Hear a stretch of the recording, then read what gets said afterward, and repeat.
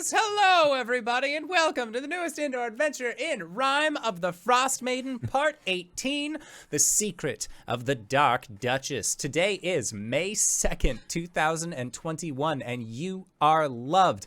That is an important thing that we like to remind each and every single one of our viewers and listeners at the beginning of each and every single one of these games. If this is your first time joining us, you can go to youtube.com/indooradventures to check up on all of the VODs of each of the games that we have played up until this point, including full playthroughs of Curse of Strahd, Ghost of Saltmarsh, Waterdeep, Dragon Heist, Tomb of Annihilation, Tyrant Security, as well as many more to come. We upload 3 times a week, and we are also found anywhere audio casts are made available for free, including, but not limited to, Spotify, Stitcher, Apple Podcasts, I think, because it's not like iTunes anymore. It's not through the same app. It's whatever. You can find us there wherever they're made for free. And speaking of things that are being made available for free, if you go to patreon.com/indooradventures, you can check up on our after show called Nights in the Courtyard, where we answer questions not only from each other, but also from the community. So if you have any questions that you would like to ask myself or any of these other fine folk, feel free to join us once again on that Patreon. Or, wait, I pressed the wrong button. There we go. Hello, we are back from the break screen where it was momentarily because I fat-fingered the button. Hello, there it is. The Discord link off to the side. You can join us there. And of course, we will do our best to respond to those questions in kind. But if you already support us on YouTube, you already support us on Twitch and Patreon and all of those other places, and you're trying to think to yourself, where can I go to help support this wonderful show even more? Guess what, buddy? We got your back. Quite literally, in fact, because if you go to indooradventure.redbubble.com, that is Indoor Adventure, no S at the end, we got t-shirts, we got posters, we got mugs, we got crop tops, throw pillows, shower curtains, clocks, aprons, and most importantly, we also have face masks. That's right, we have a multitude of styles of face masks with the symbol of Tiamat upon them. We like to call them Tia masks that are done up in her 5 glorious chromatic colors designed by our very own Cyberwolf 1201. So if you would like, and all of the proceeds of those masks end up going to help support Doctors Without Borders. So if you would like to help support a good cause or help support the show, you can again go to indooradventure.redbubble.com. That is indooradventure.redbubble.com, no S. And with that, that is it for my opening spiel. So hey, Satan, who are you playing today? Hey everyone, my name's Satan, or LizMac on the internet, and I'll be playing Kuori, the Goliath Eldritch Knight. And we both use she, they. Oh, hi everybody. It's me, LizMac. I will be playing our Sweet Bean Rock Gnome Cleric Lydia tonight, and we both use she, her pronouns. I am the Indoor Adventurer, and tonight I shall be playing as Hart, Wood Elf Druid. We both use he, him. I'm going to assume it's me, Greybeard Stavard, and tonight I'll be playing Wesloy Bumblebrook, the Phantom Rogue. Hey everybody, I'm Wings, also known as Danae Keener. I'm going to be the DM for tonight. Let's get right into it. Sovereign of Summer's Lost, General of Winter's War, long live the Queen of Cold and Frost. May she reign forevermore. When we last left off, I believe that you were all getting ready to leave Karkalok. You had revealed Yarbnock for being a not exactly who he seemed. Turned out to be a gnome named Spellix Romwad. It's not Romwood, it's Romwad. Icewind Dale and its names. But yes, you had revealed the chieftain of Karkalok to be a gnome named Spellix Romwad. He was dethroned and demoted. From what you can tell, they seem to be keeping him on as an engineer of sorts, so that his skills can still be put to use. However, he is no longer going to be involved in politics, it seems. Today we are going to basically do some fast traveling as you guys head across the entirety of Icewind Dale on your way over to the coastline. After talking with the players a little bit before game, it sounds like you guys want to go back through 10 towns in order to stop at a store along the way and pick up some magic items. And we also have had people turn in quests for us. So aren't we also collecting even more money from 1 or 2 of these spots? You got most of that back. Okay. A while ago.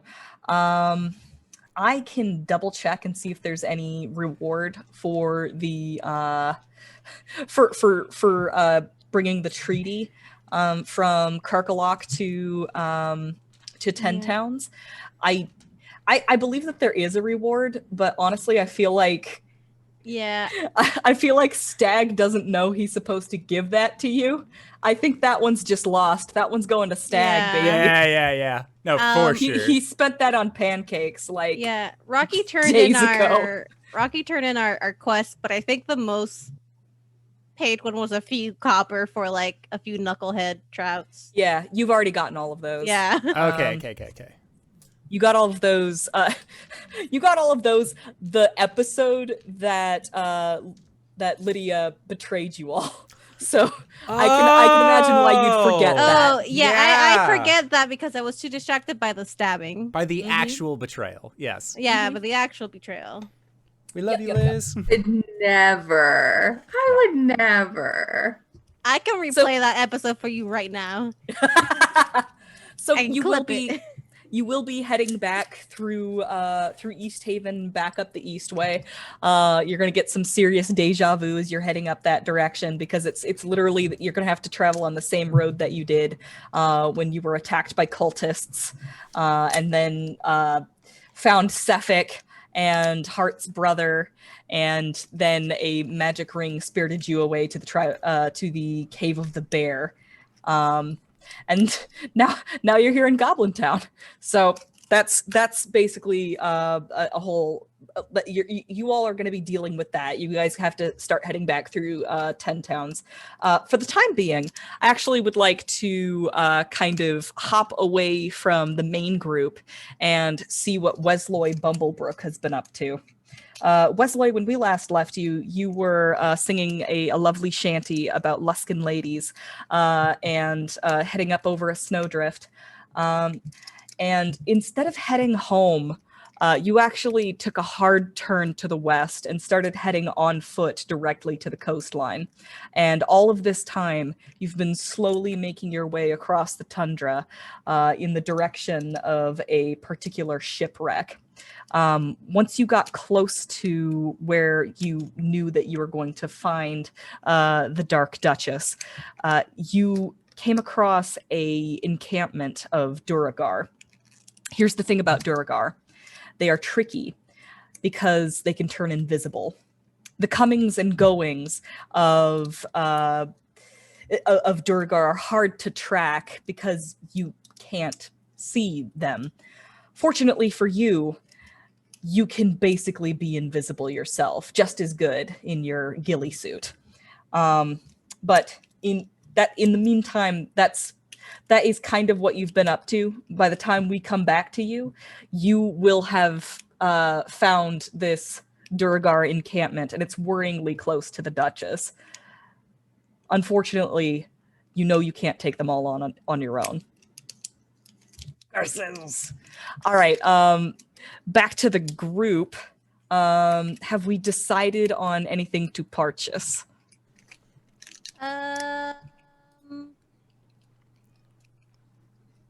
So, The bag of holding. bag of holding. Yes. I would like a two things. One is for fun, and the other is a little bit more for fun. I want a pot of awakening, if that's all right with everybody. I want to, because Ravison has a talking plant. I want to awaken a shrub at one point. Right. I was trying to remember what a pot of awakening was. Yeah. And I remembered I think it was like the brazier of the elemental. No, it's literally like it's the common magic item that turns a plant into like a sentient thing for like an hour or something. Gotcha. And then the other was a pearl of power. Ooh. A pearl of power will basically hold a spell slot for you, won't it? It's several spell slots worth of power. Oh, nice. Yeah. Neato. Right, because you could either do one high level or like multiple lower level ones. Yeah, right? yeah. That's nice. And then you can also utilize those spell slots. Even I can utilize those thingy even when I am in starry form, because it's an item. Like I don't have to try too hard at it, so that is why I would prefer it. Yeah. I was thinking of getting something like that, like a ring of spell storing or something, but I don't know how much that would be. A pot of awakening's 85, and a pearl of power is 400, going off of the DMPG price. How much is? We are using the DM's Sane Prices guide. No, not Sane Prices. The DMPG. DM's Practical Guide to Prices. For pricing our magic items. So if anybody wants to look that up, there's several different sources that give specific prices for magic items, because the DMG only gives a range of prices, and that's not helpful for me. Okay. Actually, depending on how much we have, I would like to purchase a Pearl of Power as well. Because I like using my spells, but I only have 3 spell slots. Sounds expensive. Yeah. Pearl of Power is under the price guide showing at 400. And according to our treasurer, we have just under 4K. Damn. All right, go off, I guess. I didn't know we had that much. We had a lot because of those gems too. Because we had Yeah. extras of those gems. Yeah. This isn't even including my gem. I'm still holding on to that. It's in my staff. All right, so you wanted a Pot of Awakening, 2 Pearls of Power, one Yes. for Kuori, one for Hart, Mm-hmm. a Bag of Holding, question mark? Yes. Yes. Okay. Or Lydia. Anything else? That's what I got. I would like to get it's actually pretty simple. I just would like some boots of elven kind, Okay. which make me super quiet, and I get advantage on stealth checks. They're 400 approximately. I can respect that. All right, can you crunch the numbers on that and deliver the verdict? In the meantime, I'd like a wisdom save from Kuori. Jesus Christ. Okay. Well, I don't like that.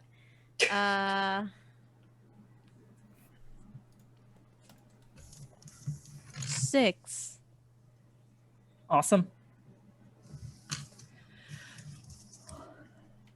Okay.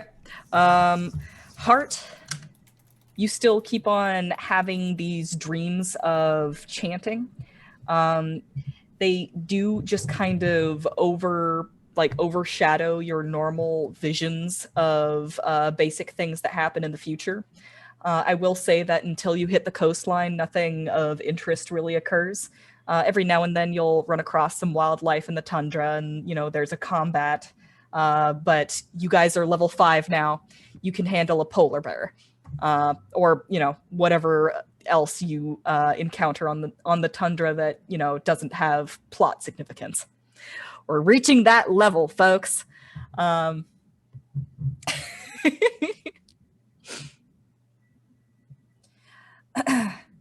But yes, you do continue to have those dreams, and the chanting that overshadows them somewhat. The farther west you get, the louder the chanting becomes, and it does start to affect your ability to sleep. Give me a Constitution save.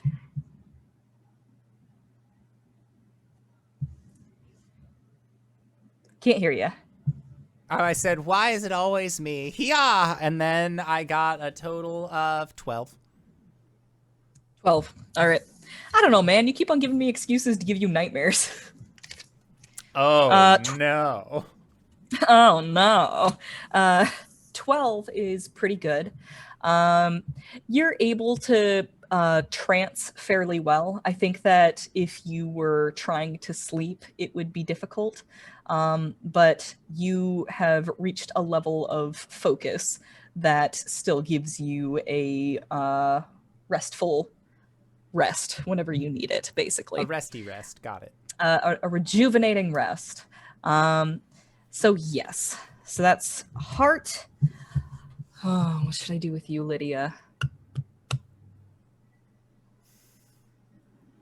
Lydia, do you do you take tabs on what's going on with your brother when you head back through 10 towns? So yeah, I would say that every night that I do want to RP the first night of travel just for humor me. But every Okay. night that we don't experience combat, right before we go to bed, I'll use one of my 3rd level spells to cast Sending. Mhm. And just like check in with Lucas, make sure he's alive, ask how everything's going. Well, the good news is you do have your horses and your axe beaks, so travel is really expedited for the most part. You get the idea that you'd be going a lot slower if you were going on foot, and once you actually hit the roads, you go twice as fast as you would be if you were going through the snow, which is something I hadn't thought of before. Going through 10 towns is pretty expeditious. Excellent. Well, the first night that we are traveling, when it gets dark and time for us to find a snow cave or anything like that,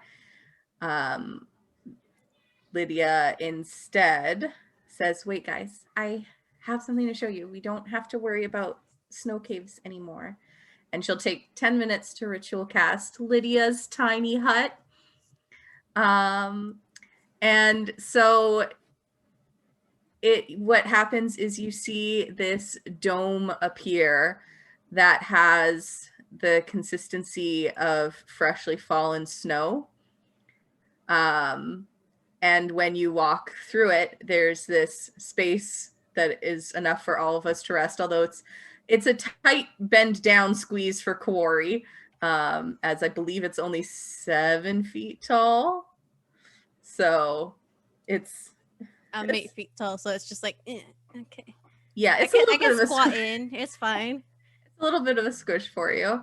But looking out, we're able to see through it completely. But all along the edges, there's this soft lavender, purple, and silver glow that mark the edges of the hut. And if you look up at the top, it almost looks like there's little snowflakes falling from the apex of the hut. But now we have somewhere warm and safe and quiet that we don't have to worry about digging a snow cave, at least most nights.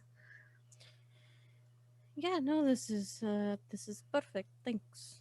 Of course. In the tiny hut, are you visible from outside of it? If somebody's outside the hut, can you see inside? No? Awesome. That's super good. Yeah, looking at it from like outside, it looks like a snowdrift. Oh, I love it. That's fucking adorable. It's basically a snow cave that's warm and you don't have to dig it. We don't have to dig it, and we can see out of it. And nobody can enter it unless you allow them. Unless I allow them permission. No creatures can enter it. And it lasts for 8 hours, which is how long a long rest lasts. Excellent. Well, I measured it out on the map and I mathed it out. With your dogs, you're going to be able to, from start to finish, your travel is going to be about 7 days. Okay. So that's how it goes. Is there anything else that we need to cover through 10 towns before we get through? You hear that your brother has been sent home to handle something in Tourmaline. It seems that there's something wrong with the gem mine, and your father actually specifically requested that Lucas handle that. And he has assembled a group of ragtag adventurers, and they have delved into the mine. Yeah, Lydia will definitely, on nights where we don't have any sort of combat, just like, "Hey, bud, it's me, just checking in. How are you doing?" Literally, I think I get 19 words with 3rd level sending. It's but just 25. 25 word therapy sessions every night of of just, how are you feeling? Remember to take time for yourself. I love you very much. Give Snowball some scritches for me. Make sure you're drinking water. Stay hydrated. But literally just like I get 2 3rd-level spell slots. So if there's been a quiet day on the road, then I'm definitely, because I can ritual cast Tiny Hut, I'm definitely using both to just check in with Lucas right before I go to bed. I love that. That's And just, so yeah, sweet. just little 25 word therapy sessions. I'm sure that at some point during that week, and we don't use weeks here. I tried so hard not to say week. We use 10 days here. But I'm sure during the course of those 7 days, you get a response from Lucas and he tells you all about how the trip into the mine went. But that has not yet been determined how that went. So we'll have to retcon that and let you know. Maybe perhaps on this very channel we will find out exactly what happened with Lucas in the mines of Tourmaline. But I feel like we've handled everything that we wanted to in 10 towns. Time goes on. There are blizzards and weather and animals to contend with. And you eventually come to a point where you reach the coastline. Kuori, give me a survival check. Okay. Guidance. Thanks. God, I'm rolling so fucking shit. Add a Jesus D4 to Christ. that Hart's guidance. Yeah. I don't think it's gonna do much. I rolled a 6, so 8.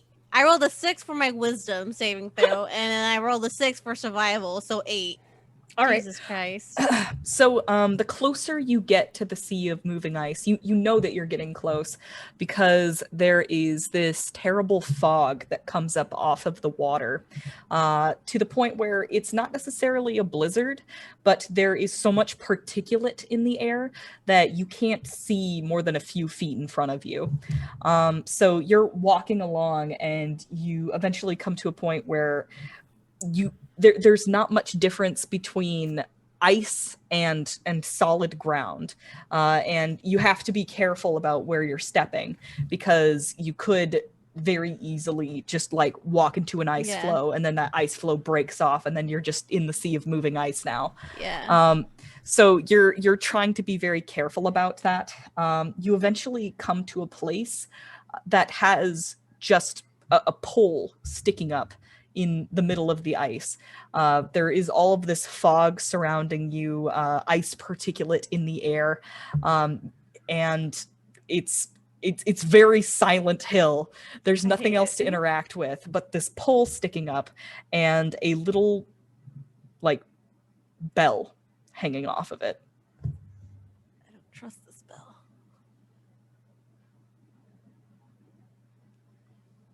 Because I'm me.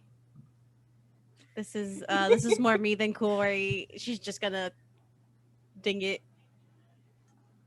Ding.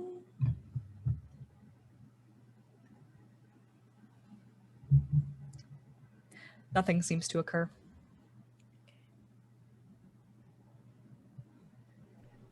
I don't like this. And it's just fog and snow. Fog, snow, ice. Pole. Ice. Pole. Bell. Bell. Okay. Kuori, Lydia, Hart. I read the Chronicles of Narnia. Yeah. Fucking ice switch. Hart. Yeah, go ahead. Hart is going to take out his lantern of tracking elementals that he was given. And he is going to pop it up. So if there is any creature within any creature within 300 feet of the elemental type, the flame burns a bright green. And the lantern doesn't pinpoint its location, but it would at least like, hey, it's a danger lamp and it's also a light source for us. Sure. Roll me a D100. Why? That is a 30. 30? All right. Nothing special from the lamp. How long do you wait around? I mean, it burns for 6 hours on 1 pint of oil, so I have it up. Like, I will hang it onto my staff so that way it's just going while we walk. Just as, like, a warning sign, like, hey, just in case. Or if there are any chewingas nearby, because they're also elementals, I think. Yeah. Have you basically just treated the bell like a novelty? You just ring it and go like, nothing happened, and then leave, Yeah, or are you just going to wait a few minutes. wait around and see if anything Wait. happens? Yeah, wait a few minutes. But if nothing happens, she's just gonna suggest we keep moving. All right. I think Hart would probably ask Kuori what the purpose of the bell is. I do not know. Then Hart will just look over at Lydia and see if she knows it all. It seems strange that it would be all the way out here and not serve a purpose. Well, what if it's like... Give me a perception check at disadvantage, everyone. Oh boy. 8. Golly. Of course, one of them's a natural 20. Fuck this. 10. Oh, that's not bad. 18. Wow. Nice. Okay. As you're all standing around discussing what the bell could possibly be for, Lydia, you notice 2 things. The first thing is that you guys are out on the ice a little bit further than anticipated. You can hear like the cracking and of ice flows and the lapping of waves. You're actually fairly close to the ocean, which you expected, but maybe a little bit more so than anticipated. You can't see it, but you can hear it. The other thing is that there is a small like dip in the water, like a few feet away. There's a crack in the ice, and there is a large shape just kind of underneath the shallowest part of the ice. I want to say like, how big is this? Let me look something up real quick.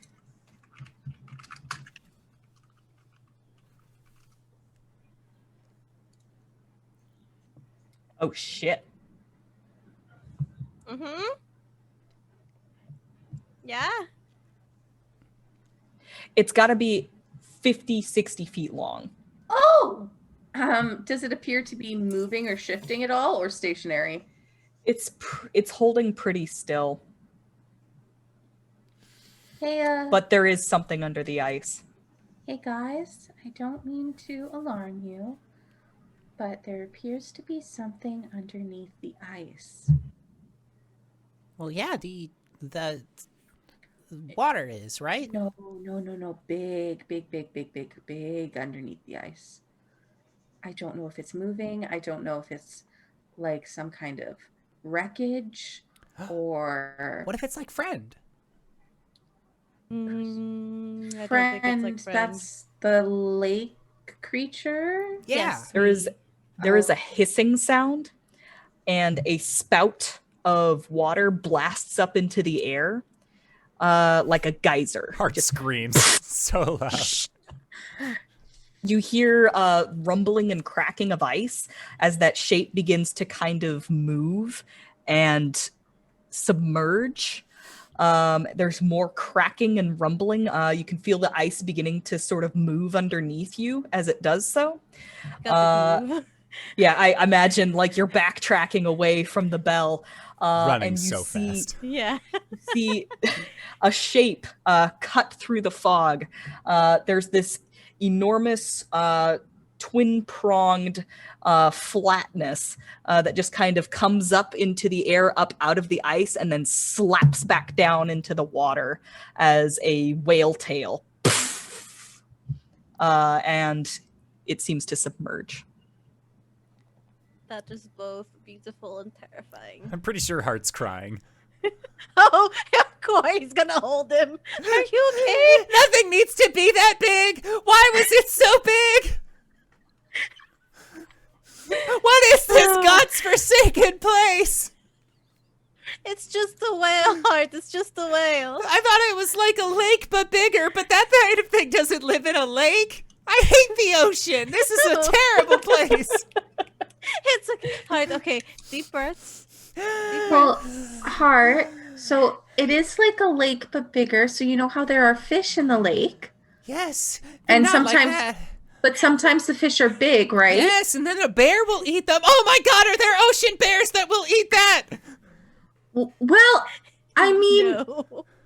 it's not bears that live on the ocean, but on the ice, there's polar bears. We've seen polar bears. Those are the same size as regular bears, They though. eat those things? No. They're too big. Yeah, it looks like it could eat the bear. Yes, This goes but, against everything I know.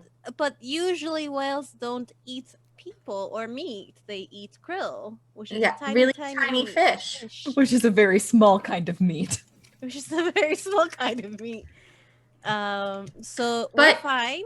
You are valid in your fear, especially because had we been standing close to that, we would have been thrust under the ice and into the freezing ocean and potentially not been able to swim to the top, because there's that whole thing where when you get dived into under the ice, you don't know which way is up. Lydia. I know You're that part. Lydia. I've had multiple dreams that's happened.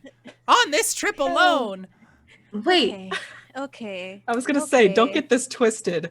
Whales are obligate carnivores. They only eat meat. Okay. small meat though. Small meat. Oh wait, I'm small meat. Okay. Okay. Let's don't like let's this place calm anymore. down. Yes. I want to go okay, back to the let's- Glen. Let's okay. Let's calm down. Deep breaths, everyone. It's okay. In through the nose, out through the mouth. Okay. I don't As you like move being away from the here. bell. Yeah. Comforting Hart. I want to say perhaps one more day passes as you begin to scour the coastline. The fog does not break. It becomes thinner and it becomes thicker, but it is ever present, as well as the eternal lapping of waves and the ever-present cracking of ice. As it seems that this ocean is aptly named, the ice is always on the move, which makes you concerned about the likelihood of finding a shipwreck that it could very well just be going anywhere at this point. Another day passes, and I would like another perception check, also at disadvantage. It is foggy. Jesus Christ, 6. 17. 12. 6, 17, and 12. I've been rolling very well. For unrelated reasons, Wesloy, give me a stealth check. Unrelated reasons.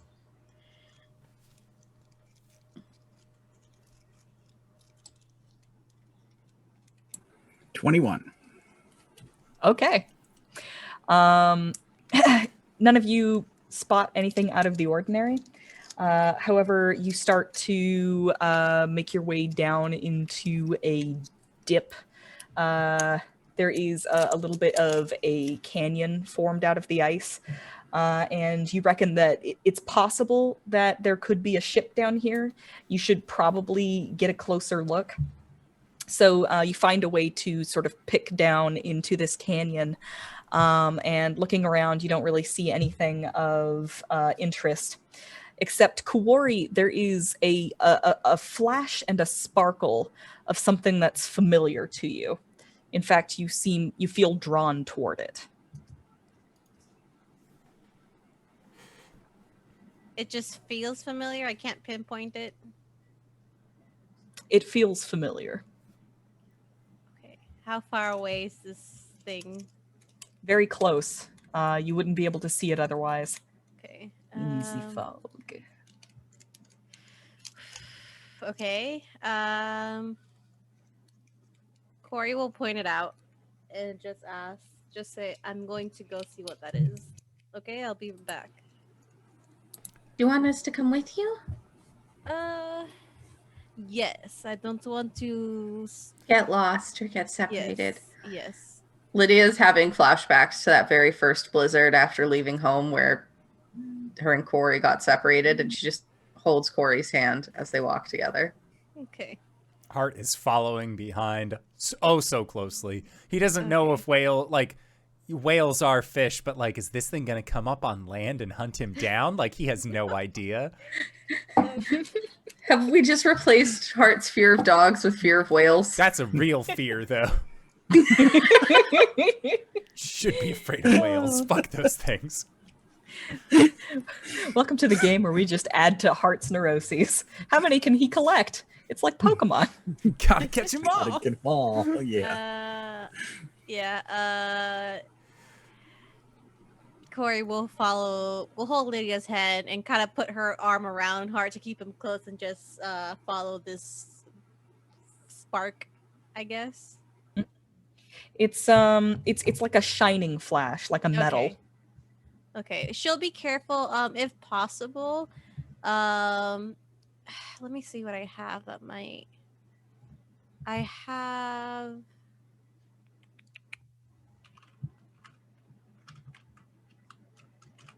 I do have a long sword, so I'm gonna kind of poke gently at like the ground in front of me to make sure it's not moving ice. Sure. As I make my way there. Give me a survival check. Jesus Christ. Or nature, whichever one you'd prefer. 19. 19. All right. Jesus Christ. This seems like pretty solid ground. There is probably, I mean, like, there's obviously water nearby, but like, since the mishap with the whale, you've been much more vigilant for this sort of thing. And you've gotten very good at being able to navigate by hearing and just listening to the cracking of the ice to know exactly how far the water is. So like it is still a good distance off, but still like, you know, close enough to reach. You make your way down into this little dip. It's about, I'll say it's like about 20 feet down. And there is a very like healthy ramp kind of leading down into it. Not very steep at all. So like you're crunching through the snow towards this flash of light, and the closer you get to it, the more certain you become that that's some chardolin sticking out of the snow.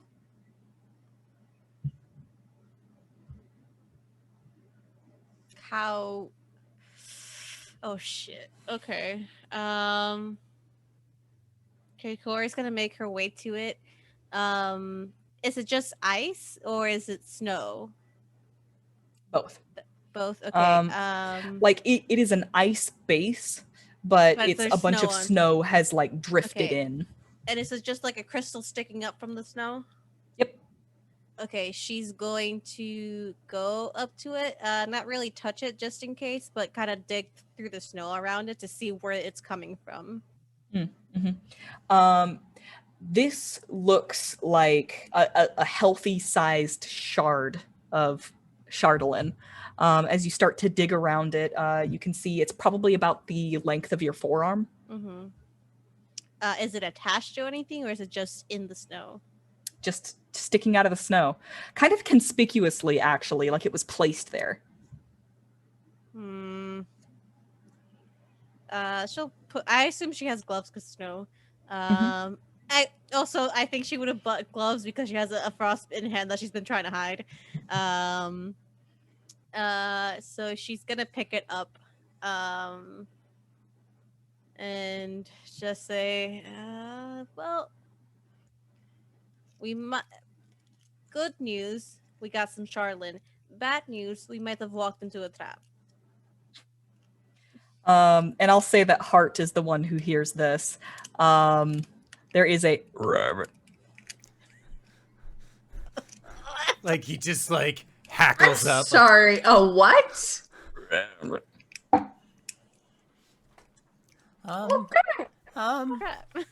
Kuori, Yeah. Kuori, Yes. do frogs live in the ocean? Not usually. But I guess anything's possible now. Okay. Corey's gonna put this shard into the bag of holding on Lydia and then just look around. Hart, what looked like a couple of rocks sticking out of the snow, blink. Just like two eyes sticking up out of the snow, like a crocodile, just like blink. Hart is going to place himself behind Kuori and just like point around her. Like not the oh yeah, it's just down the road point. No, like the single finger, like like he's just like holding onto Kuori's back, like pointing over. Just it blinked at me. Okay. Everything out here wants to eat me. I've known that for the entire time we've been here, but now it's like actively trying to get it, but trying to get a bite. Okay. There's a plump as a frog-like creature kind of lands in the snow nearby. It's big. It's kind of like up to your knees, I'd say, Hart. Like it rivals you in size, Lydia. So like there's a pretty I squish like it with my there's a meaty wet thud as it appears. Oh, no. Why would you It just kind of describe it like that? It just like flump and kind of like scrambles a little bit and like squares up and like sits up and looks at you with those weird eyes, and like you hear a and like its throat sac will engorge with air as it does so. Is this a creature that Lydia has seen before or is familiar with? Nature survival check. Well, she's doing that. Corey's just gonna be like, if you can talk, tell me what you want, or I'm going to kick you. That's good. Nature or survival? They're the same. So 22. That's super good. I keep going. Ice toads are a thing. If you get too close to them, they have an aura about them that can be pretty chilly. That could do some damage. They tend to kind of kick up a little bit of ice around them, and it gets on you, and it gets really cold. They have like this kind of slimy mucus membrane that forms ice crystals, and that's a bad time if you get it on you, because it will stick to you and basically give you frostbite. Cool. But we can just like run away. Well, these ones, this one's really little though, so you're probably gonna be fine. And just as you're thinking that, you hear a much larger and boom, another one like boom appears, blocking your exit, and you see its throat sac also engorge. This one is a huge-sized creature, and it seems about time to start rolling in some initiative. Cool. Oh dear. 9. Goddamn tetrapods. 15 for Lydia. I'm sorry, Endor. What's a tetrapod? A frog. A frog? Yeah, a frog. It's a tetrapod. That's an 11. I thought they were amphibians. 11 from Hart. 9 from Kuori. Yeah. 15 from Lydia. All right. And I'd like initiative from Wesloy as well for no reason. No, completely unrelated reasons. Is somebody following us? 17. Awesome. Okay, love to see it. As this enormous ice toad appears, there is a chorus of croaks that respond to its presence. It seems that there are toads all around you as you have walked right into an ice toad nest. As you do. As you do. Oh, could this have happened? I still so- have that ring of ice, so we could totally just teleport back into the bear cave. And just make this trip all over again. Let's just let's just reset. This one was add, like, bad. Return to the 11 bonfire. days. We'll try again. You had your finger in the page of the choose your own adventure. You're going That back. doesn't Okay. help. yeah. The toads are still going to be there. Okay. They all respawn. Okay. So, let's work out where everybody is. Wesloy, I'm going to say that you're up on the ridge somewhere. That just seems like a place that you'd be. And you were backing out of this ridge, and you were protecting Hart. So I'd hate to say this. I want to say he's the closest to the giant ice toad right now. Yeah. And I it is. I was going to say, I'd popped behind Kuori to point Yeah. at the little one, so if it appeared Yeah. behind us, oh yeah, I'm for sure closest. Right. Okay. So I want to say that this giant ice toad is about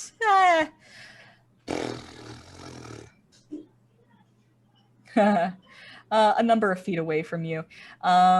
It's going to hop at you with its mouth agape, and it's going to try and give you a nibble. It's going to chomp. An 11 doesn't hit you though, right? No. All right, so it like, have you ever seen videos of toads trying to get bugs? Like, they've got like the tongue, but it doesn't like go like out like a chameleon's does, not like a grappling hook or anything. They've got a tongue that like hooks to the inside of the front of their mouth, and it just flops out and then pulls back in. So he like comes at you, and like that mouth just like snaps into the snow right next to you, and gets only snow. However, it does have an aura that will come up when you start your turn. One of the little ones is gonna try and take a nip at Lydia. 6 doesn't hit you though, so it is Wesloy's turn. Hey Wesloy, you were sitting up on this ridge, and you were suspicious at first, but you recognize those antlers. Who has a toad closest to them? I'd say Hart. Hart's got a big one on him, and Lydia's got a little one on her. All right. The snow upon the ridge ruffles, and a snap, quick snap of a sling. And if I really need D&D Beyond to move where the dice roller is. Oops, that was the damage. Sorry. And yep, dice roller needs to move. So a 19 hit. A 19 on the big one? Yep. Yes, that will definitely hit. All right. And it should be 7 damage. All right. And because Hart was there, sneak attack damage. Hell yeah. There's a button for that nowadays. There it is. And between its stupid eyeballs for another 9 points of damage. Love it. So from somewhere up on the ridge, a figure in the fog makes himself known, and a piece of ammunition just goes patang off the top of this toad's head. Anything else for you, Wesloy? Yeah. Roguish action, use my bonus action, disappear again. Alrighty. For a 30. Fucking yeah. Okay. Rogues, man. All right, Lydia, it's your turn. So, first question, how many ice toads are there that I can see? You can see one big one on Hart. one Mhm. little one on you. Mhm. There's 3 more little ones, so 4 total little ones, and there's a big one on Hart. Okay. Lydia is going to, surmising that these little ones are babies and the big one is a parent, either mother or father, no judgment here. Lydia's going to cast sleep at 3rd level and try and put them all to sleep. Now here's the thing. It doesn't. It's just creatures within a range of 20 Yeah. feet of a point that I choose. It starts with the ones that have the At least the amount of lowest hit points. Yeah. And then like basically you roll for a pool of hit points, Mhm. and those all go towards putting creatures to sleep. So I just have to hope that the big one has less hit points than Hart. Otherwise, Hart's gonna take a little nap. Magic can't Oh put yeah, me to that's true. sleep. Oh, perfect. Beautiful. Yeah. You don't count. No, I don't. Excellent. Not for this spell. So I do. well, You've got a lot of hit points though. you have a lot of hit points, yeah. We'll see.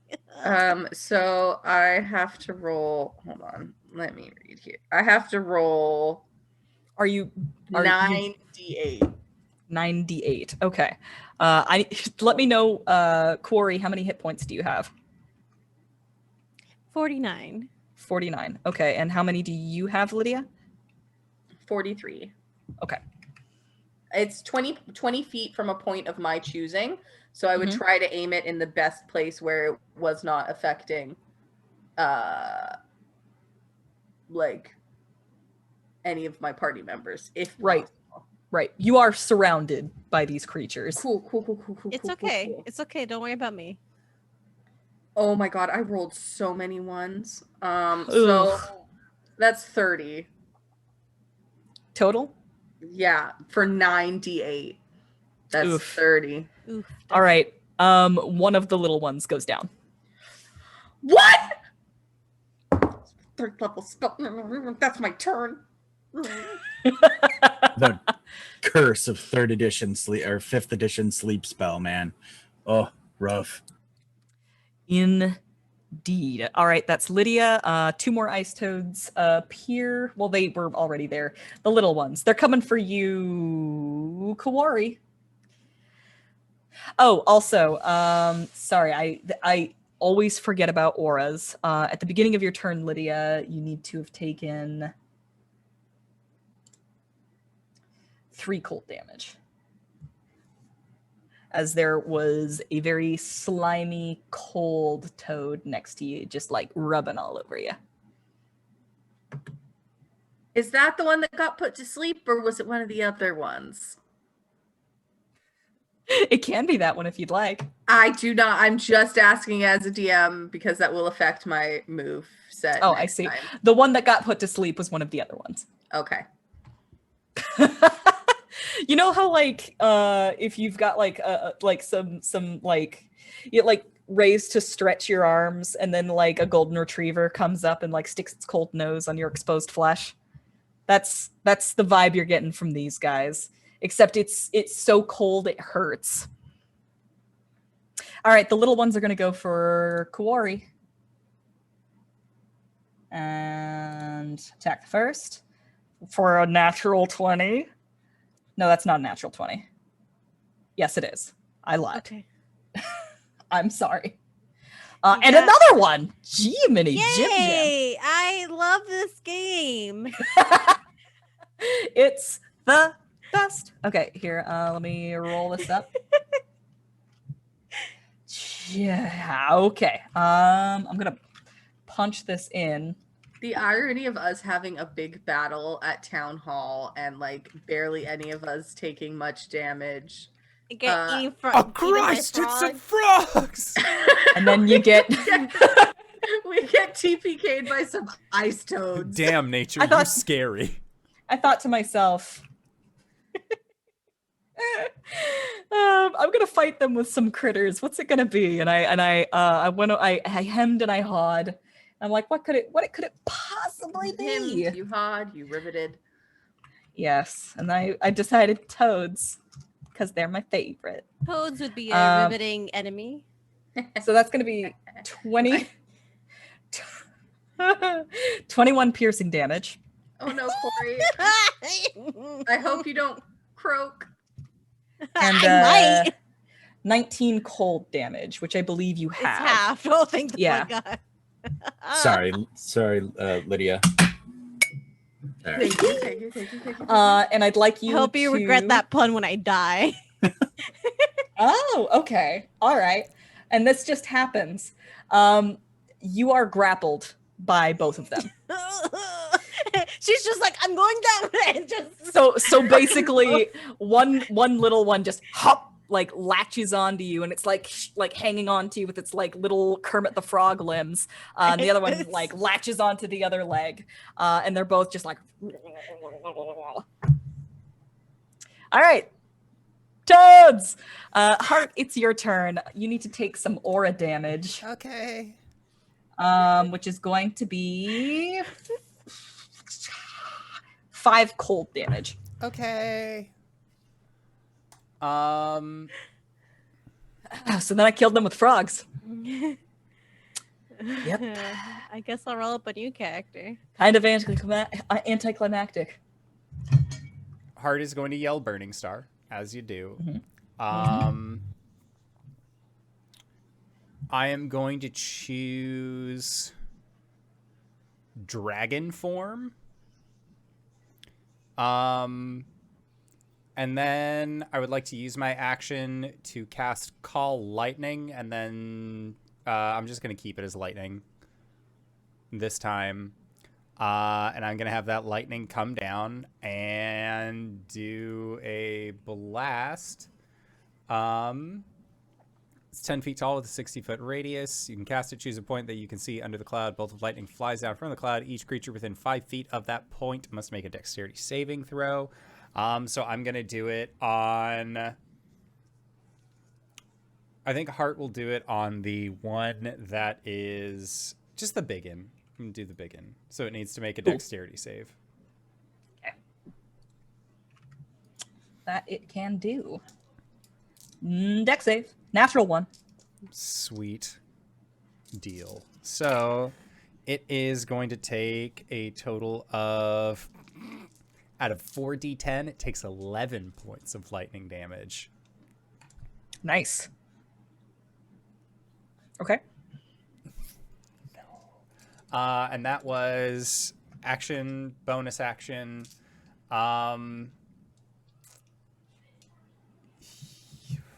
Because he has a frog on him. He was right next to Kuori, and Kuori now has 2 frogs on her. He can't go anywhere. He's just here. Okay. Anything else for you? Nope, that's it. That was action, bonus action. All right, Kuori, on your turn, you're going to take aura damage from 2 toads. Yeah. So that's going to be 6 cold damage. You have that.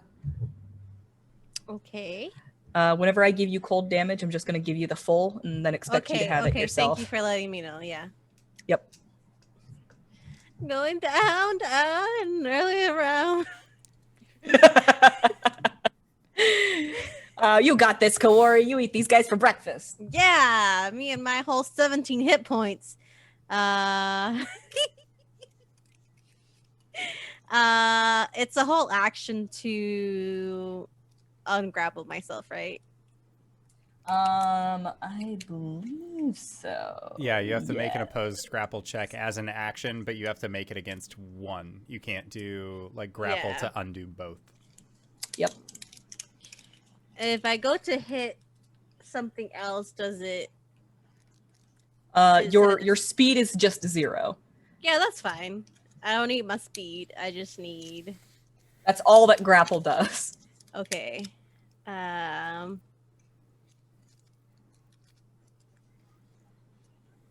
I? Okay. Can I just hit the big mama frog or papa frog or just parent frog? Sure. Yeah, you're close enough for that. Yeah, I'm just gonna shoot a. Since Hart was right next to you. I'm just gonna shoot a firebolt. Hopefully it'll land. I've been rolling abysmally. Oh, that's a natural one. I heard natural and I got so excited. That's a Dude, natural. right? I was like, nah, the luck has to turn around right now. Hey, Kuori, what level are you? I'm level 5. You level 5? What does that mean? You get an No, extra but- attack? Yeah, but this was a firebolt. Oh, fuck. Okay. Sorry, that was my brain not processing. I'm just gonna stand there like a fool. You're getting chewed on by toads. It's fine. I wish I want to go back to the Yetis, please. Anyway, the big one's gonna try and bite Hart. Chomp. Oh dear. 13. A 13 misses. All right. Its face goes into the ice once more. You hear it crackle under your feet. That is his action. Little one's gonna try. Little one's gonna try and nibble on Lydia because that's its MO. 21. Oh yeah. Let me check if that hits. It hits. All right, that's 6 piercing damage Cool. and 6 cold damage, and you are grappled. Cool. Love that. So this toad like hops up to its like full height, which is now like with its legs fully extended, like takes it like about twice the size that you are, and it comes down with its mouth wide open and just like hump, and like you barely turn your head in time to have it like nomming on your like arm and shoulder instead of your head. Clarification question. Yes. So there is parent giant frog, which is currently attacking Hart. There's 2 baby frogs that are grappling Kuori, and one that is grappling me, and then there's one asleep. Yes. So 4 baby frogs total. Yes. Sweet. 4 baby frogs, 1 big frog. 2 Sweet. on Kuori, 1 on you, big one's on Hart. I have taken the sleeping one out of initiative, basically, because these frogs aren't smart enough to wake it up. Yeah. Cool. Literally. Ice cold. All right. That is the clarification done. Wesloy. So Hart has gone all power Starry-eyed. cosmic. Yeah. And he just brought lightning down on the biggin. Mm-hmm. Lydia's being like nommed, Mm-hmm. and Kuori's got 2 on her. Yep. Fudge. All right. Hart looks like he's got it going. Kuori, you're really staggered, right? Like you're bloodied at this point. Like she's about to go down. Can't hear you. I have Stone's Endurance. Okay. So I will use that. Sorry, second win, not Stone's Endurance. Okay. So I'm going to use that my next turn if I can. If something doesn't do 17 hit points of damage, then, I mean, Alright. if she doesn't get nat 20 twice in a row, she might be fine. yeah, I might be fine. All right. Then you hear the snap of the sling again, and I will fire at the one on Lydia. Okay. And Oh, you hear what the fuck was that? 27 to hit. Definitely hits. All right. And there's the first 8 damage. Okay. Then sneaky sneak for another 8 damage. Okay. And then because I did sneak attack on that one, on the one that is on Kuori's leg, Mhm. the ghostly zombie-like hands break through the snow and just crush and claw the one next to it. You smell salty sea air as the wind comes in off of the sea of moving ice. You hear you hear the dirge of chanting seamen, and then these arms burst up out of the snow and with a cracking that sounds like the creaking of a ship, it does so. How much damage was that? But it only does 4. Kuori, you are cursed today, man. Even my dice are rolling bad. I'm cursed. Okay, so that was Wesloy. Lydia, it's your turn. Oh, hi. Seeing that Lydia is very, very cold now, and Kuori is not looking great. You see Lydia reach into her components bag, and hurriedly grab and throw what looks like that fake snow. Oh, yeah. I have a question. Is have it an at the answer. start of the turn we take aura damage? Oh, you're right. I had completely forgotten about that. At the start of Lydia's turn, she would take Hit me with it, 4 boss. 4 cold damage. Beautiful. Not to be the kid that reminds the teacher that we have homework, but I mean, Hart's the one that's going to be taking the more damage anyway. So I bonus actioned, disappeared again, 27 to stealth. Gotcha. Okay. But you see what looks like this like fake snow that comes out of those like mall confetti things near Santa's village.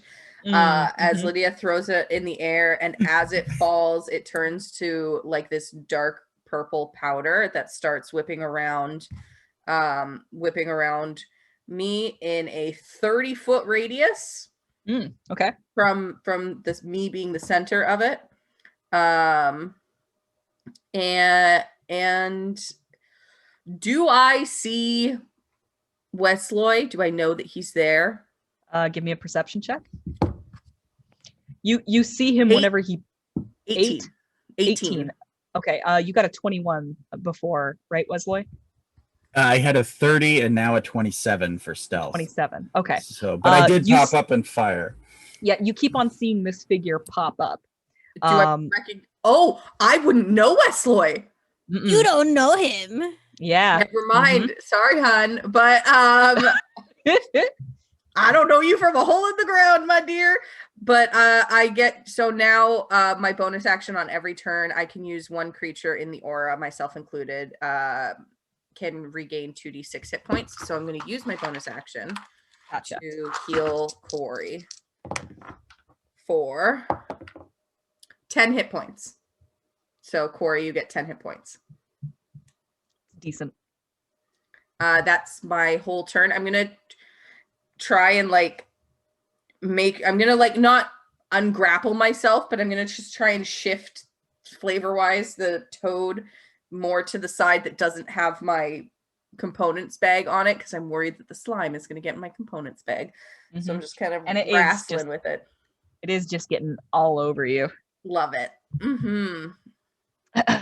All right. So the 2 toads that are on Kuori are going to chew on her a little bit.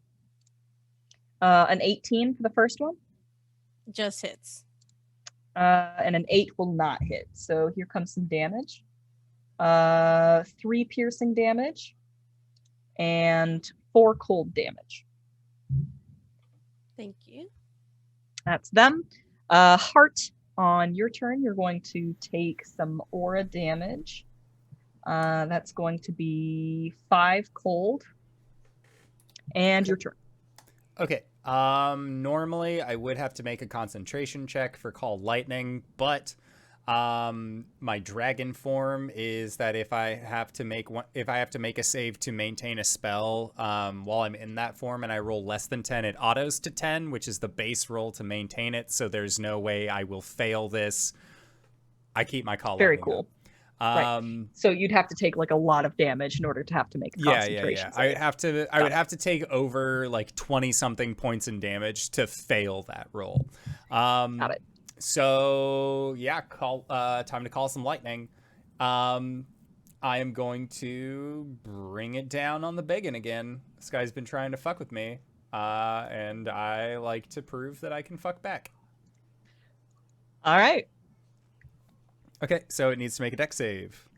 Right. Okay. The biggin makes a dex save. 20. 20 is a success, so it's going to be taking half. And that is, wow, that's really low. Again, out of 4d10, that is taking half of 8. All right. Zap. Feels Anything else for you, bad. Hart?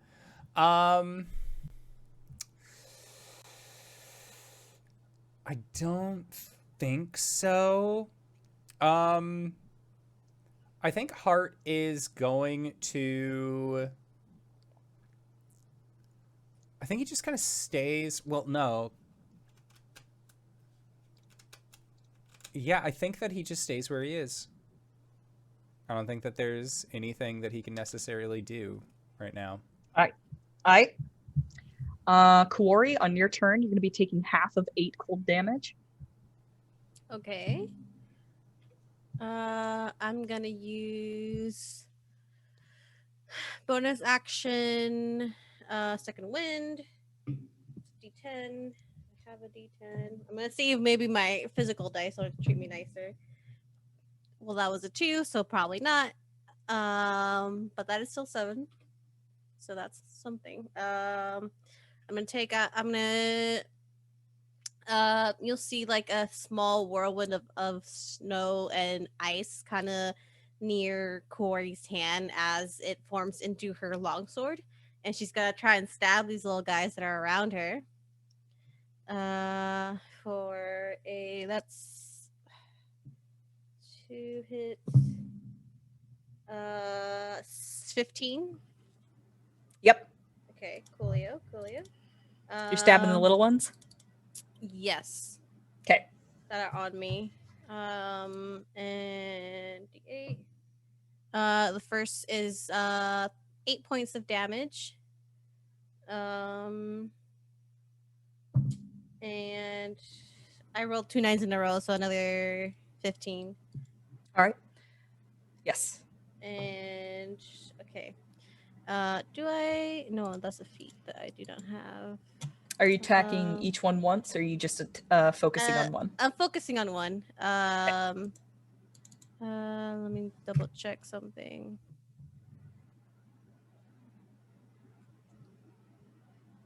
Oh, okay. I have to remember that I have Stone's Endurance that I can reduce damage. But the second hit's going to be completely forgot.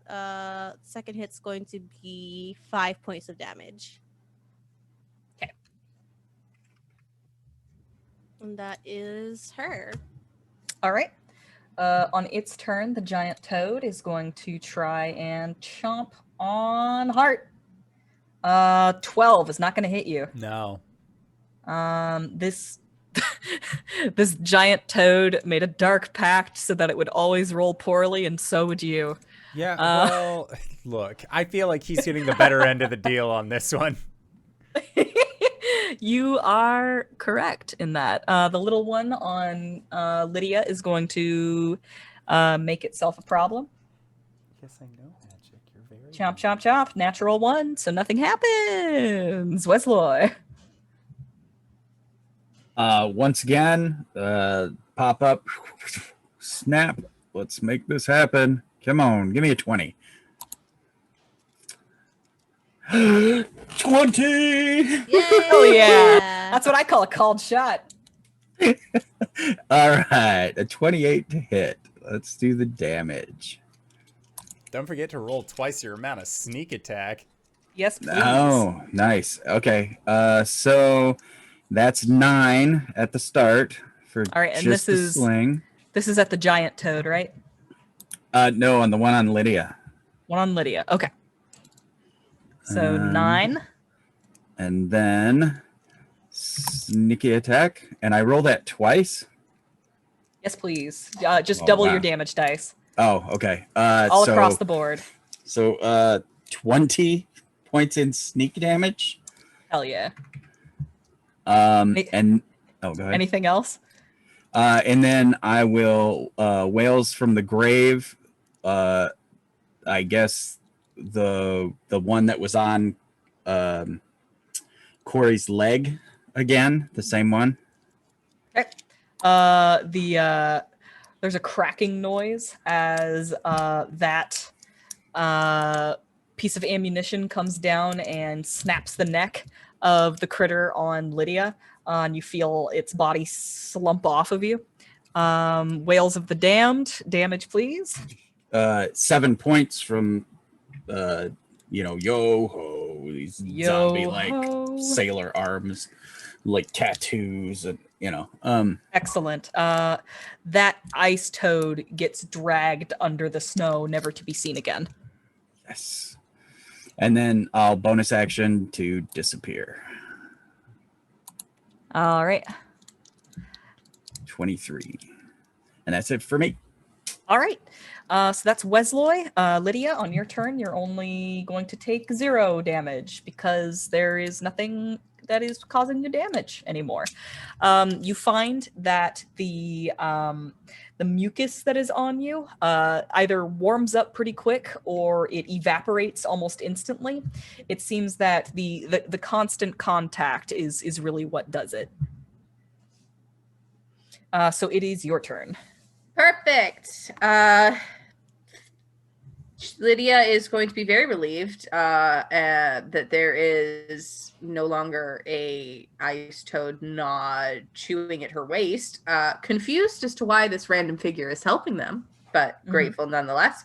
And I am going to cast Guiding Bolt at first level on the big Okay. boy. So that's a d20 plus 7. So that's unnatural 20. Nice. And then that's 4d6. With a natural 20, wouldn't that be 8d6? She said an unnatural. Never Yeah, sorry. mind. I misheard. I'm going to mute myself now. Oh, not bad though. Not bad though. I have learned to take context as the indicator as to whether or not it was natural or not. Unnatural 20. But I did roll 20 on the damage. So it takes 20 points of radiant damage. Love to see it. And then as my bonus action, I am going to heal Kuori again for another 2d6. Okay. Which is 9. What do your guiding bolts look like? So Lydia's guiding bolts, as she casts them, they look like a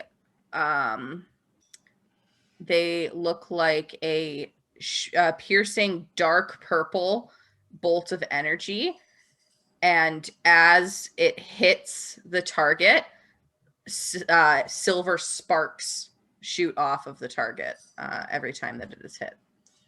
Nice. That bolt of energy goes directly into the frog's mouth as it is opening again to try and chomp down on Hart. And the bolt goes straight through its mouth and out its eyeball. And there is just like those shooting sparks that come out on the other side of its face. And it like rolls off to the side with its mouth wide open. Its tongue flops out. Blah, dead. Heck yeah. Fuck yeah. But yeah, Kuori, the little ones are looking a lot less brave at this point, considering there is only one of them left that is not asleep or dead. And yeah, Kuori, you got 9 HP back. I'm not sure if you. Okay, thank you. You're welcome. I did not hear that. Okay, looking a little better. Yeah.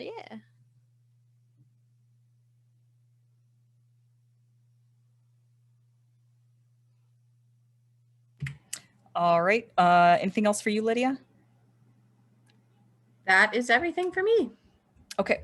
On the ice toad that is on Kuori, it is going to like unhinge, well, not unhinge, unlock its jaw, and it drops off of you, leaving these like perfect circles of like needle thin teeth marks on your, well, it's on your legs, I guess. Yeah.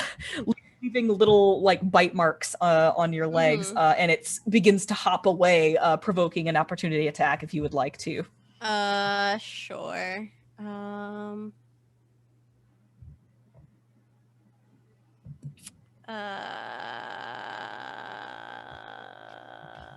Sorry, I am not here all tonight. 19?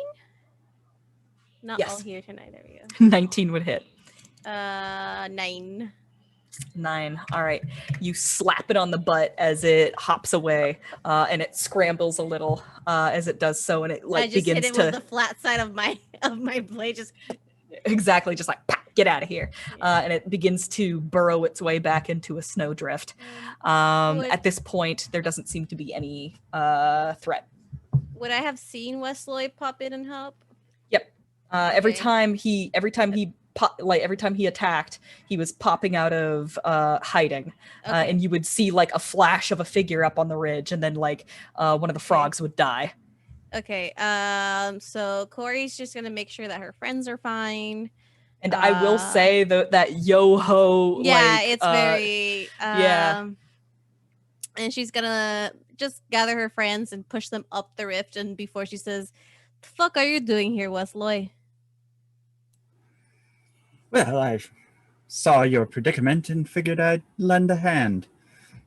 And he like slides down the snow kind of on his butt. Like, as you reunite with Wesloy, Lydia, it occurs to you that giant ice toads mate for life.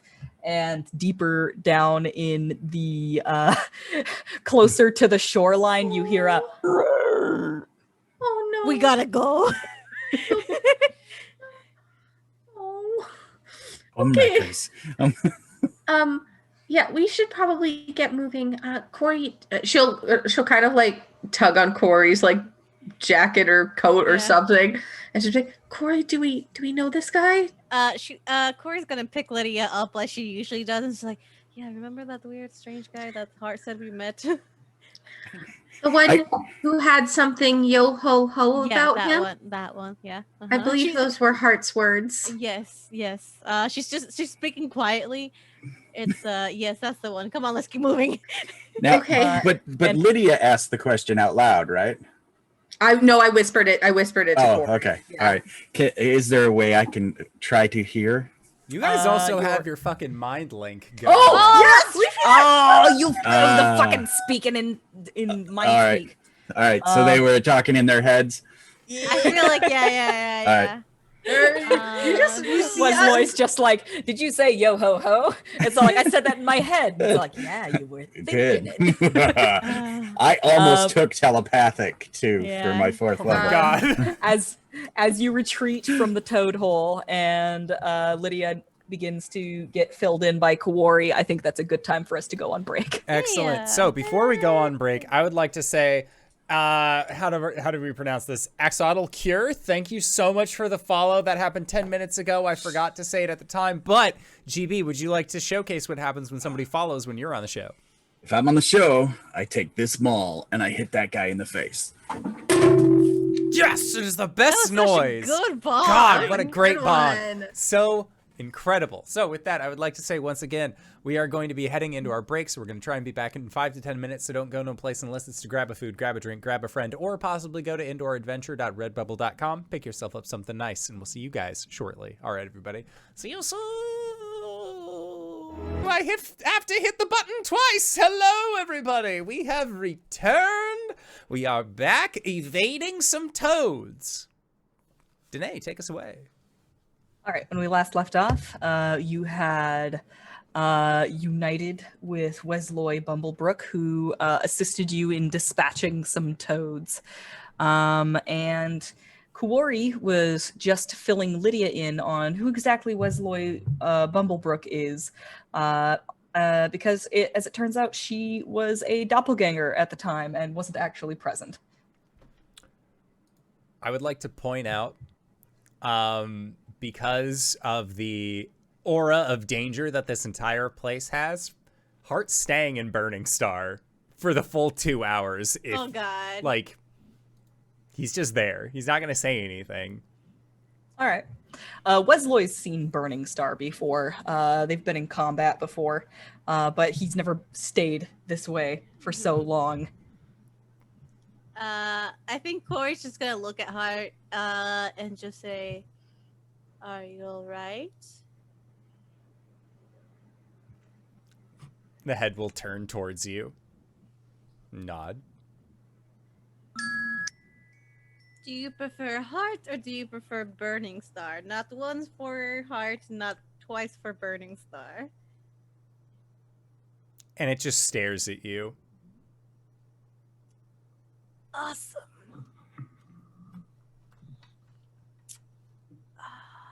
God, I wish I could talk to you. Okay, so let's just move somewhere safe. I think we've had enough for one day. Wesloy, you're coming with us. I wouldn't have it any other way. What does Wesloy's ghillie suit look like? It's basically it's like a white cloak, but then it's got like almost like a ghillie suit, but what ends up happening is it looks like a pine tree with snow covering it, like a small pine tree when he plumps down. It's just these like supple waves of white. All right. Wesloy, you're able to sort of lead them about. Kuori, last time you saw Wesloy, he was supposed to be heading back to Caer Konig, I believe. It's at one of the Cares. She's got Caer Konig or questions. Caer Dinival. I'm just waiting till we sit down. All right. Wesloy, you're able to take them to. I imagine you don't necessarily have one place that you're staying at. It's really more of a dead drop location because you tend to keep moving and you don't stay in one place for too long. Because if you stay in one place, then you're easier to find. They'll find me. Yeah. Just over here. Okay. As we're traveling. Wesloy goes around a corner and Lydia speaks up to Kuori. Oh, Lydia thinks up to Kuori. And just kind of says, "Hey, I know that you said you know this guy, but I don't think he just happened to be here." Of course, like, I know. I am aware. Yeah, I think that I don't know. I know that you guys know him and have fought with him before, and yo ho ho, and We fought with him before and we know him. Doesn't mean I trust him. okay, good, because I don't. No one just happens to be there right when you need them. I know. Trust me. I'm aware. But thank you. And you see that Lydia like adjusts her coat a little bit, and normally she has a few daggers in her coat. And she moves them to a more forward pocket of her jacket, and just sort of continues and hops back on Kuori's little backpack. And for anyone who like is watching any of these like telepathic exchanges between Kuori and Lydia is like staring intently at the back of Kuori's head, and her eyebrows are moving as if she's talking. Like, there's definitely that, like, you can tell that there's some sort of conversation going on, but she's too excited by the fact that they can communicate telepathically right now to really. Kuori, well, that's happening. Kuori's just stone-faced. Yeah, but Lydia's definitely like. All right. Wesloy comes back around the corner. Found the place? Like I said, just this way. Perfect. Kuori will follow him. Make sure Burning Star is following as well. And once they're all sat down and relax, give a few moments of silence and just say, it's convenient that you were here. I thought you were heading to Kerkonig or. No, there's the concentration of Duragar here that I fear are troublesome. Oh yes, very. Is that why you're here for the Duragard? Yeah, I've been fighting a, as it were, a commando. What would be a word you would know? Partisan. A partisan exchange betwixt the Druagar and forces of good. He says kind of smugly. Can I be using my detect thoughts while this is happening? Sure. Just the surface thoughts. She's not gonna prod any deeper. All right. Kuori has recently obtained an artifact that gives her some modicum of telepathic abilities, and she's just barely grazing Wesloy's surface thoughts. What does she glean? Is it? I can't remember the spell. Is it like detect thoughts? like a mood ring, or is it like the actual words? It is. I'll tell you. I've been ruling it like words. Is there actual that's specification? I can't remember. Let me double check. Because some of them are like, I can't remember which one it is. One of them is like angry, sad, blah, it says blah, blah. I can read the thoughts of certain creatures. Mm-hmm. So initially you learn the surface thoughts of the creature, what is most on its mind in that moment as an action. Shift attention.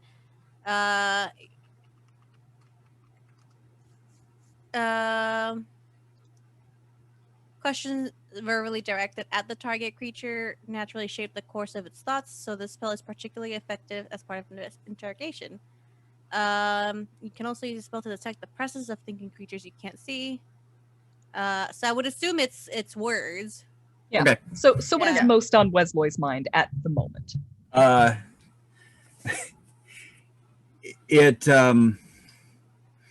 basically, why is it that Lady Lydia does not seem to remember me? That's that, and then I guess as the conversation was going, you're getting basically it's in thought, so you can't hear voice or intonation. No. I would assume. So it's these fucking Druagar. Gotta get rid of these bastards. Mm-hmm. And you are you working for someone, or is it something that you're just taking upon yourself? Oh, this is a personal quest. And that's true. Thoughts? Okay. Yeah, that's true. Yeah. I for some reason Wesloy is committed to getting rid of these Druagar. Mm-hmm. That's very noble of you, Wesloy. And he makes a face like, and he'll flip back his cloak, his ghillie cloak, and put his hands on the hilts of his short swords and be like, noble. I like that. Maybe it's possible that you could help us, even though you've already helped us a great amount. We are also trying to fight and stop these Duragards, but in a different way. We're looking for something here in the Sea of Moving Ice that they are also looking for, and it's imperative to our mission that we find it before they do. And he's nodding along in the conversation. Okay, like you're still following. Okay. Yeah. What is she talking about? Yeah. We're here to find a boat of sorts. Yeah, I guess you would hear something like, "Isn't everyone?" I know there are many boats out here in the Sea of Moving Ice that have crashed, but we're looking for a specific boat named the Dark Duchess. Yes, that was the ship I was on. Is it?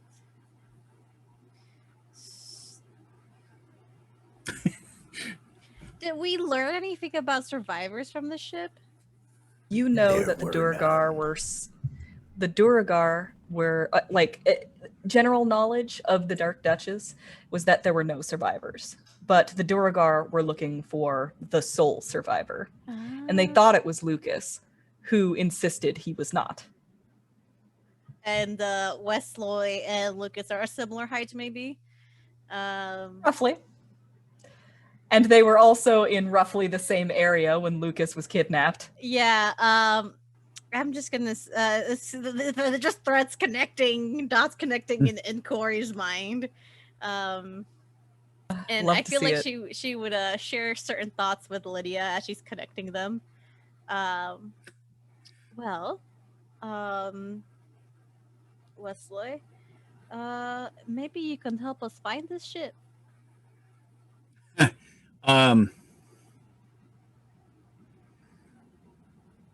Let's see. I think he would say something like, well, when the Drugar threat is gone, if they find it first, that would be bad for you. So maybe we should take care of them before searching for it. Possibly. I'm just afraid that might give them time to find it as we are tracking them. And if you were on the ship, then you know the cargo it holds, right?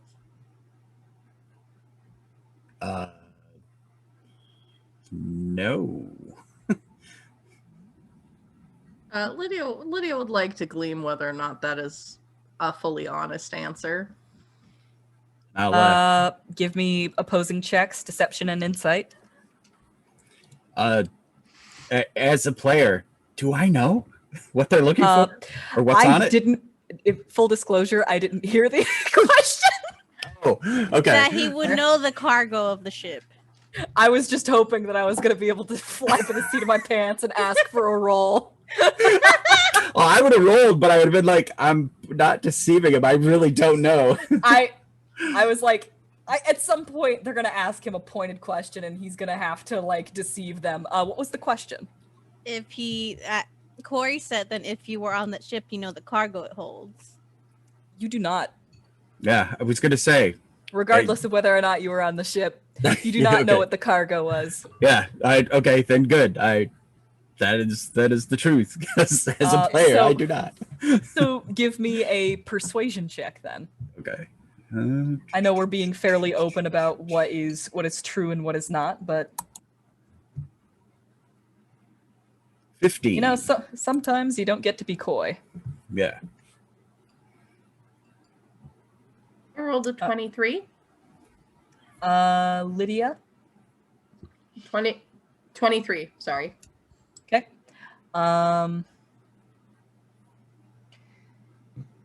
His voice smacks of the truth.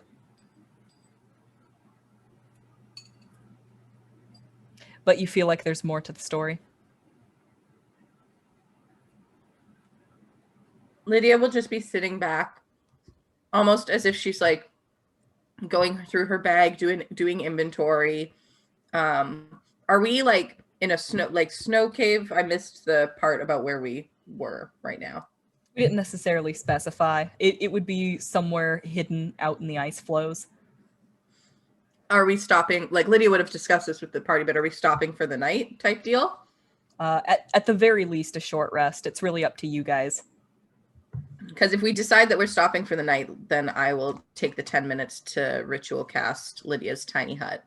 How long have we been out for the day? Like, is it still nighttime? Is it about to be nighttime? Is it? I'd say it's halfway through the day. That depends on. It really depends on how you want to approach the Duragar encampment. Do you want to go there under the cover of night? Mm-hmm. As I said before, it's been a tricky approach considering the fact that these guys can go invisible at will. Wesloy has been trying to track their comings and goings, but it is nigh impossible when you literally can't see them. Quite often go during the day, so, that I can see. At this point, I think, obviously, like, mechanics-wise, Burning Star in no more. More than 2 hours has passed if we're, like, going, so I feel like it's as Lydia is, like, in the process of, like, ritual casting this, that Hart will take over his own body again. And he'll ask Wesloy, well, do they have anything of yours, or do they have anything that you know of that you're familiar with? Because I'm pretty good at being able to track things down, but I have to know what I'm looking for first. Do I know that they have anything from the ship, like a ship's bell, or parts of the rigging, or anything, the masthead, anything that The Duragar? Yeah. Or even just part of the ship, really? Yeah. Give me a perception check. Like, just for some retroactive stakeouts. 8. 8. You don't know whether or not they've even found the Duchess. Okay. Ideally, you'd be able to to dispose of them before they even set foot. But they are worryingly close. Okay. And Hart, it's once again good to see you. It's a pleasure to see you again, Wesloy. I hope you're doing well. Well, there's scant things to make pies from out here. I don't know what you're talking about. Those whales are massive. They have to eat something. I know they said that they were small shrimps. I don't know what a shrimp is. But if there are whales, they said polar bears eat whales, I guess. So, like, there has to be something to make pies from out here. Not pies I would enjoy, mind you, but there are many. Now that you mention that, Wesloy, there is even less to eat out here than there was the last time you were here. Yeah. And you'd be acutely aware of that, I think, considering what your situation was. Right. But there's not a lot of game in this area. I feel like it's one of those situations where Hart and Wesloy are talking, and then there's a brief pause, and Wesloy's stomach's just... and Hart will reach into his bag and offer him a good cookie. Because, like, that's what he lives off of. So, GB, when you were driving me to the parking lot forever ago, like, those, like... super nutrient, or driving me to the airport, the nutrient dense protein rich cookies, like that's what Hart has on hand.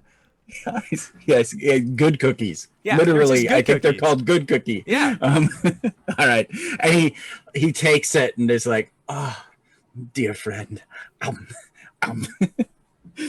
a whole day's worth of Friend for rations life. and one cookie. and his thoughts, if you guys were still monitoring, he just about goes to tell Hart about, like, blue whales that eat giant squids and killer whales that, like, eat walruses, and I want to say that his inner monologue takes on an accent as well.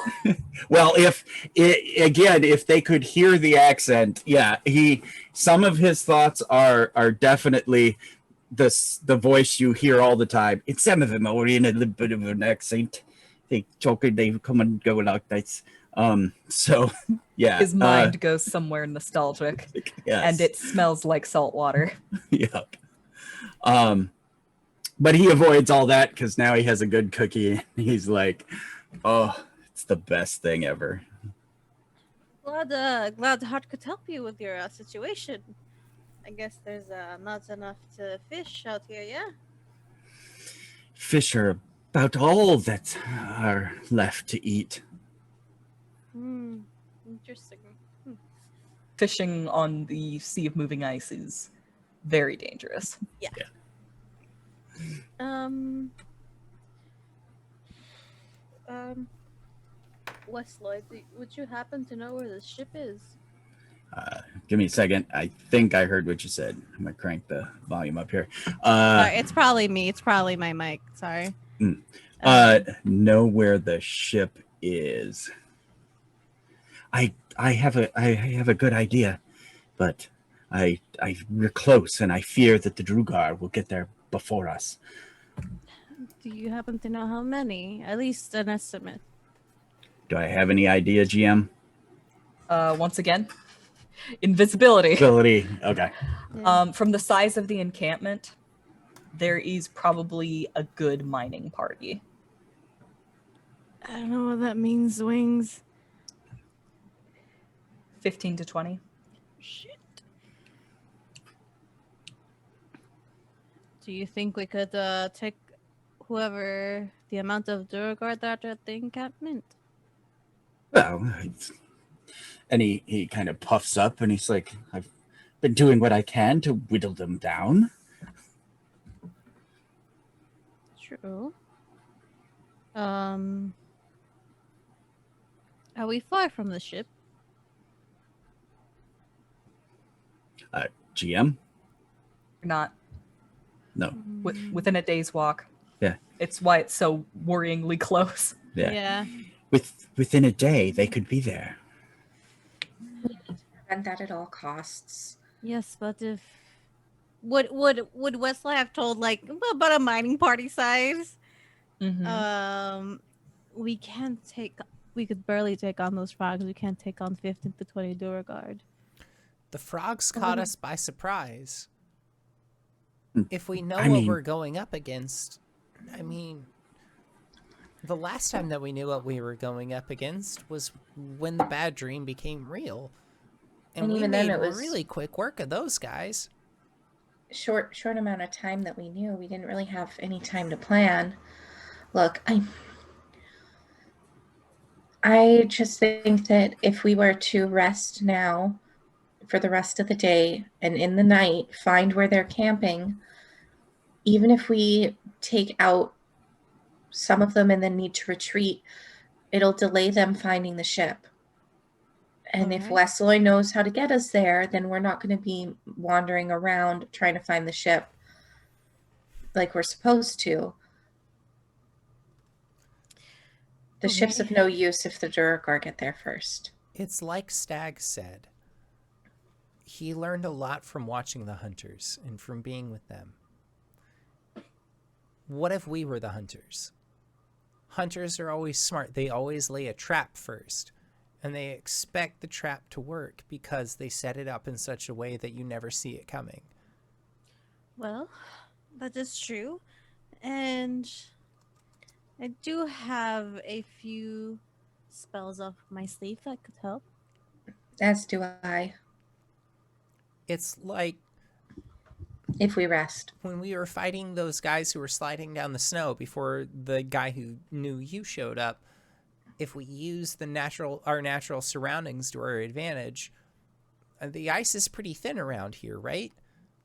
So if we target the ice that's beneath the people that we're going up against, then they would just fall in. That was my exact thought, Hart. Goblin Zoid, thank you so much for the follow. GB! Yay! Goblin Zoid, there's something that you need to know. Gobblezoid. When I'm on the show, I take and someone follows, I take this mallet and I hit that guy in the face. Ooh, that was a good bonk. Good bonk. Good bonk. So I have an idea, right? Like Hart said, we're surrounded by ice. Some parts are thinner than others. I could make an illusion, drive them out of the camp, maybe into an area of thin ice. Once they are all there, we could attack the eyes from farther away and let them sink.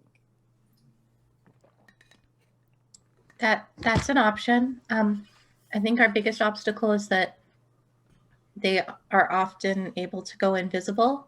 Yes. But Lydia and I think I have an idea for that. And she'll say mentally, it's like, we can detect thoughts of creatures around us, Lydia. And Even when they're invisible. Lydia will accidentally, because she's still getting used to this, she'll accidentally answer verbally, and she'll just say, I do have the ability to see invisibility, and I can cast fairy fire, which would help us see invisible creatures as well. So we do have that in our advantage. Lydia would know that you need to be able to see the creature that you're targeting with a detect thoughts. Well, can we? It does Because say that it says you can use the spell to detect the presence of thinking creatures you can't see. Yeah. Oh, okay. All right. Yeah, you can Sorry, search. I'm looking at the detect thoughts, the level 2 spell that says This is It's psionic the second rules. to Yeah. last paragraph Yeah. in D&D Beyond. okay. So in this text wall. Here. Yeah. Yeah. Do you want me to send it to you? Or You put can it in also the use this chat? spell to detect the presence of thinking creatures you can't see. Foiled by people who actually finish reading this the spell. Although- Foiled by the items you gave me. and when Lydia, says that out loud, Wesloy pops, all 3 foot tall, hands on hilts, like, see, magic. That's the best. No way we can lose. Love it. That's perfect. Wonderful. Awesome. So what is your plan going forward? um. I So, think go ahead. if we long rest in Lydia's tiny hut, so that we get our spells back, laughs and uses both 3rd level spells in 2 rounds, then we could perhaps find the encampment sneakily of the Durgar, and then either lay a trap and try to get them to go out on the ice as Kuori suggested, or start sneak attacking them and make them visible if they try to go invisible. Because I Alright. do have major image from my spell book, Hmm. which I go ahead. It sounds like you've got a lot of resources available to you. Wesloy already knows where the encampment is. Like when do you plan on going up there and executing? If it's the middle of the day right now, we take a long rest so that it's the middle of the night. Yeah. That's probably when we would do that. Try to catch them while they're sleeping. All right. Now, with this plan, I do indeed enjoy a bit of sneak about, but I don't see well in the evening. Neither do I, but hey, that's why I should have bought his goggles of night. Jesus Christ. She let us get this far. Lydia will reach over as They're a only sign. 300. Oh, sorry, I'm so upset. Next time we're in town. I love the idea of Kuori poking her head up over a snowdrift, just wearing a pair of night vision goggles.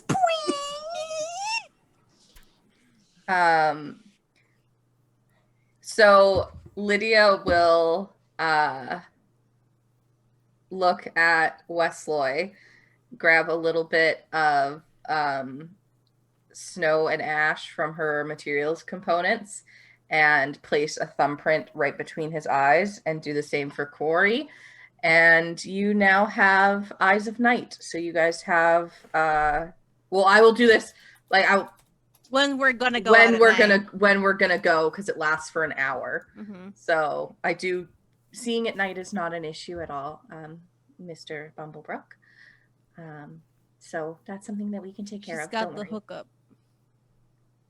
And he says, "Oh, please call me familiar. Wesloy is fine. That would be.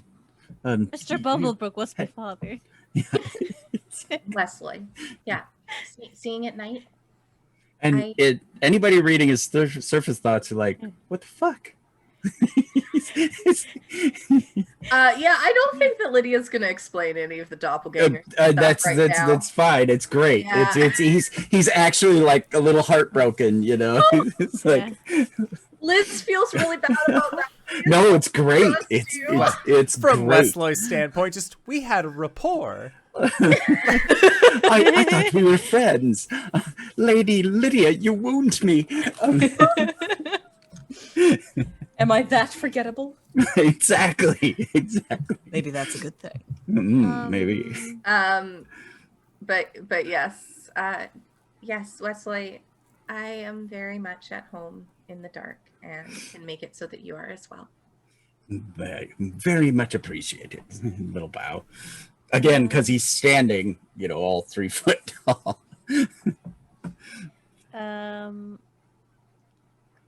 So what will we like for an illusion? What would we think that would bring them out? I can only do something that's no larger than 20-foot cube, so I can't make a ship. Unfortunately, that's what I was gonna do. Was have Wesloy describe the Dark Duchess and like have it seem like it's kind of cracking through the ice. Can you make? Is it just shapes, or can you do sounds too? I can do shapes. I can make them move, and I can make them sound.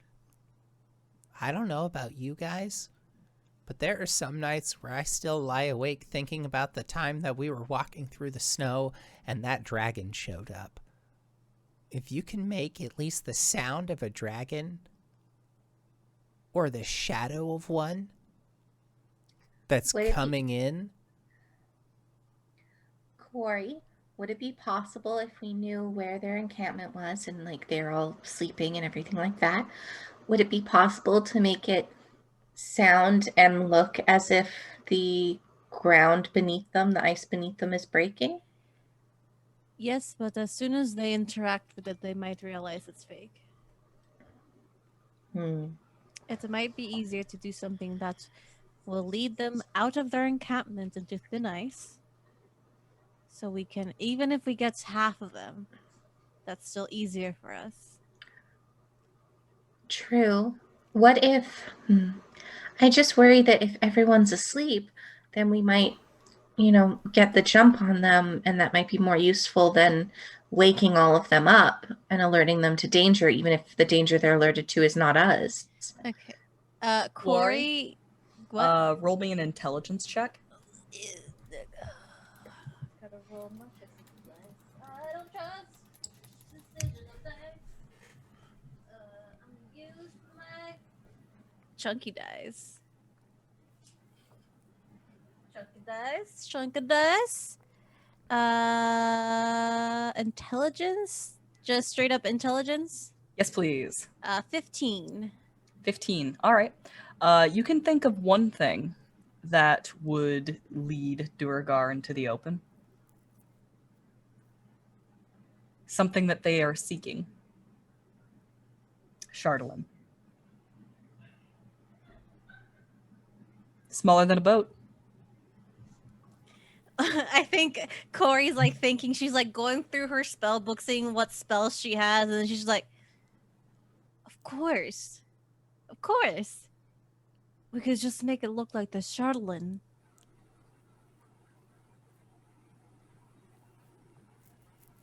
True. If they're camped down for the night, though, are they likely to see it? Maybe we don't wait till nighttime.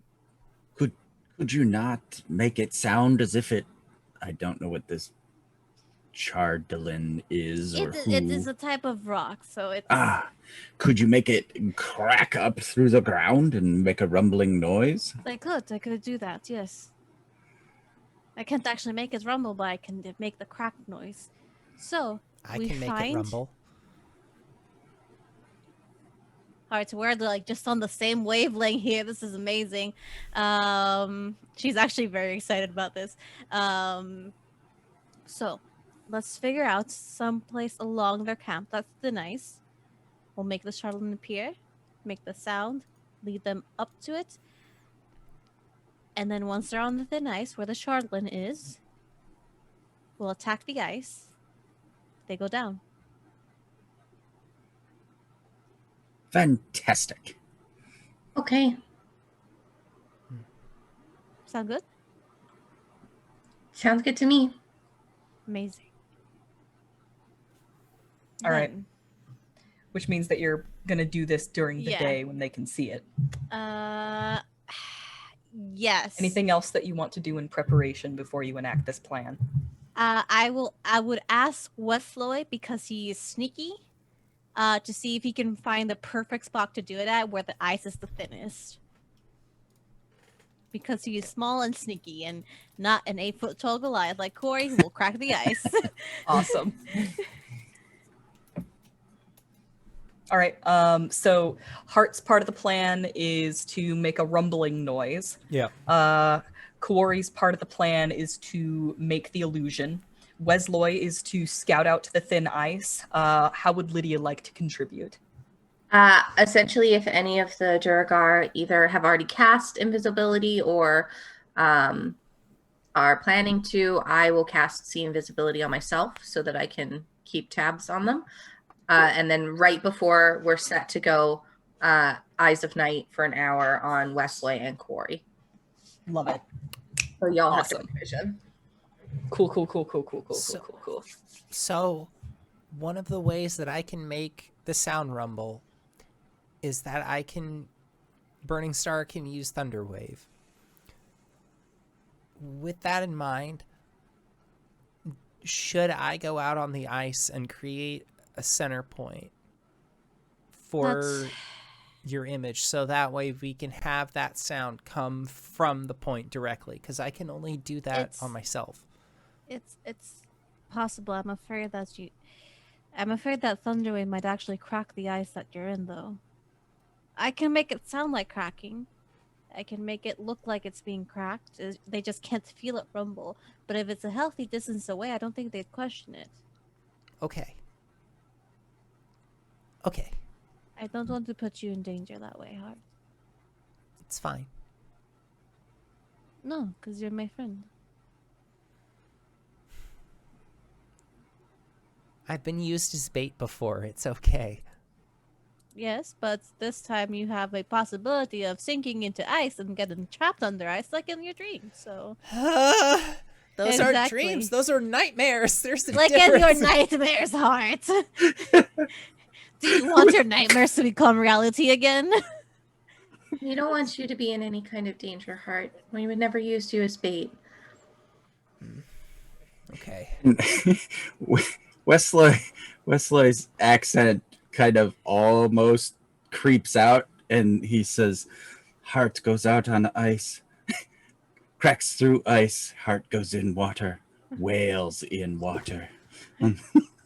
Hart's eyes get really big and just, Yeah. I want to be as far away from that as I possibly can. Yeah, because Thunderwave does damage, right? Yeah. Okay, so why don't we just go with sound and Yeah, for sure. visuals? I mean, I can still call lightning, change that shit to thunder, and just fucking punch through the ice. Let's do that once they're on the ice. Oh, yeah. No. Yeah, Obviously, yeah, we'll yeah. do it before. Yeah, no. We're fine. All right. Have Why we do got I our put plan? up with you? Everybody ready to go? Yes. Is there anything that happens before you enact the plan? I don't. Probably think find a so. place to hide. That's because major image I can and do up to 120 feet away. Yeah, so let's try and stake out a good spot for this. I'm Yeah. gonna be right back. Yeah. So it's up to you. I don't know if we have to roll for or because I said I was gonna send we were gonna send Wesloy since he's Mhm. sneaky and light. Yep. I like all things said and done. As we're We're- setting up for the plan, I'll wind up having everybody do a roll. Okay, but yeah, and- we have the plan, and we're just doing finding the location, finding a good spot to hide that we're in within reach, like at least 120 feet of it, and then we're good. Yes. What's that face? I just found some interesting notes left by my resident goblins. Oh, okay. Dark, It's just light, yeah. too many. Can't Balance. see it. No, can't see it. No. It's just white. It says wings is stinky. Thanks, guys. Damn goblins. Damn goblins. Wesloy does the whole. I'll do some diplomacy with them later. Does the whole black soot across the eyes, so if he squints his eyes, there's no like big white globes, showing or whatever. So, to kind of go with the smudge he's gonna get later, just to look good. Nice. My eyes All are right. entirely white. I can't help it. All right. I want a stealth check from Wesloy. Okay. I want an arcana check from Kuori. I want a survival check from Hart. And I want an arcana check from Lydia. 16. 16. It's your first good roll today. I know. When it 23. counts. 22. Hell yeah, guys. Hell yeah. Okay. So, everybody is put into position. You can look. You are led to the encampment by Wesloy, and you get as close as you dare. He points out a fairly thin sheet in the ice. This area is like a white desert. The fog is fairly thin today, blessedly so, meaning that there's going to be a clear eye line from the encampment to see the illusion when it goes up. You have your positions. Lydia has given both of you your dark vision, and she has activated her ability to see the invisible. All eyes are on the encampment, and you are ready to go. Okay.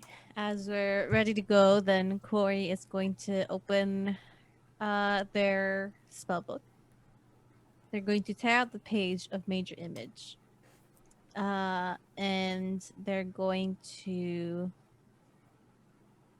crumple it up, put it between their hands, and as their hands separate, it is just dust that it's kind of like free floating between her palms, and it wraps itself around her hands, and as it's a very slight glow from her tattoos that kind of they don't all glow up at the same time. It kind of starts at her eyes and then travels down her tattoos down to her hands, and lets this dust have like a bit of a shimmer, a bit of a glow, so that as it fades from her fingertips, it travels down through the snow, almost like a snake, to the point where she wants this illusion to be, and it starts wrapping itself up into the shape of the illusion.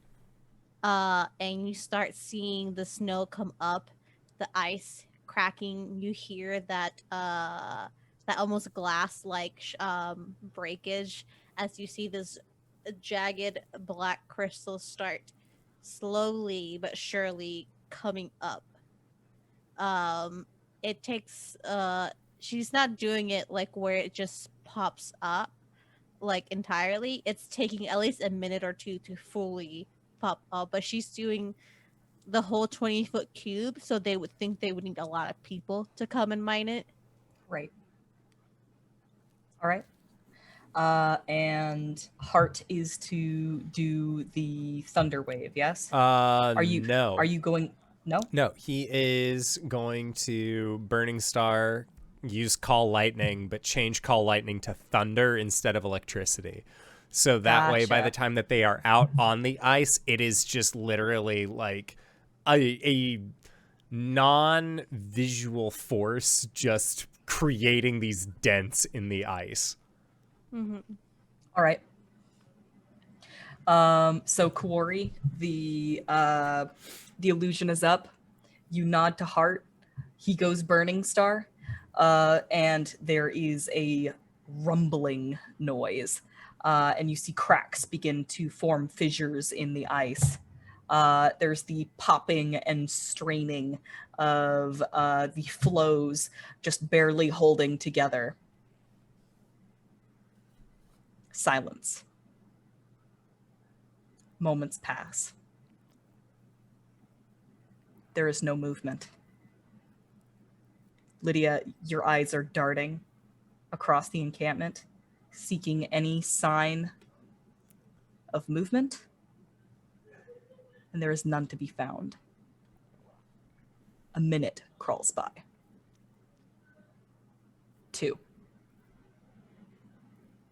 3 minutes. 5. 10. 0 movement. Nothing is happening.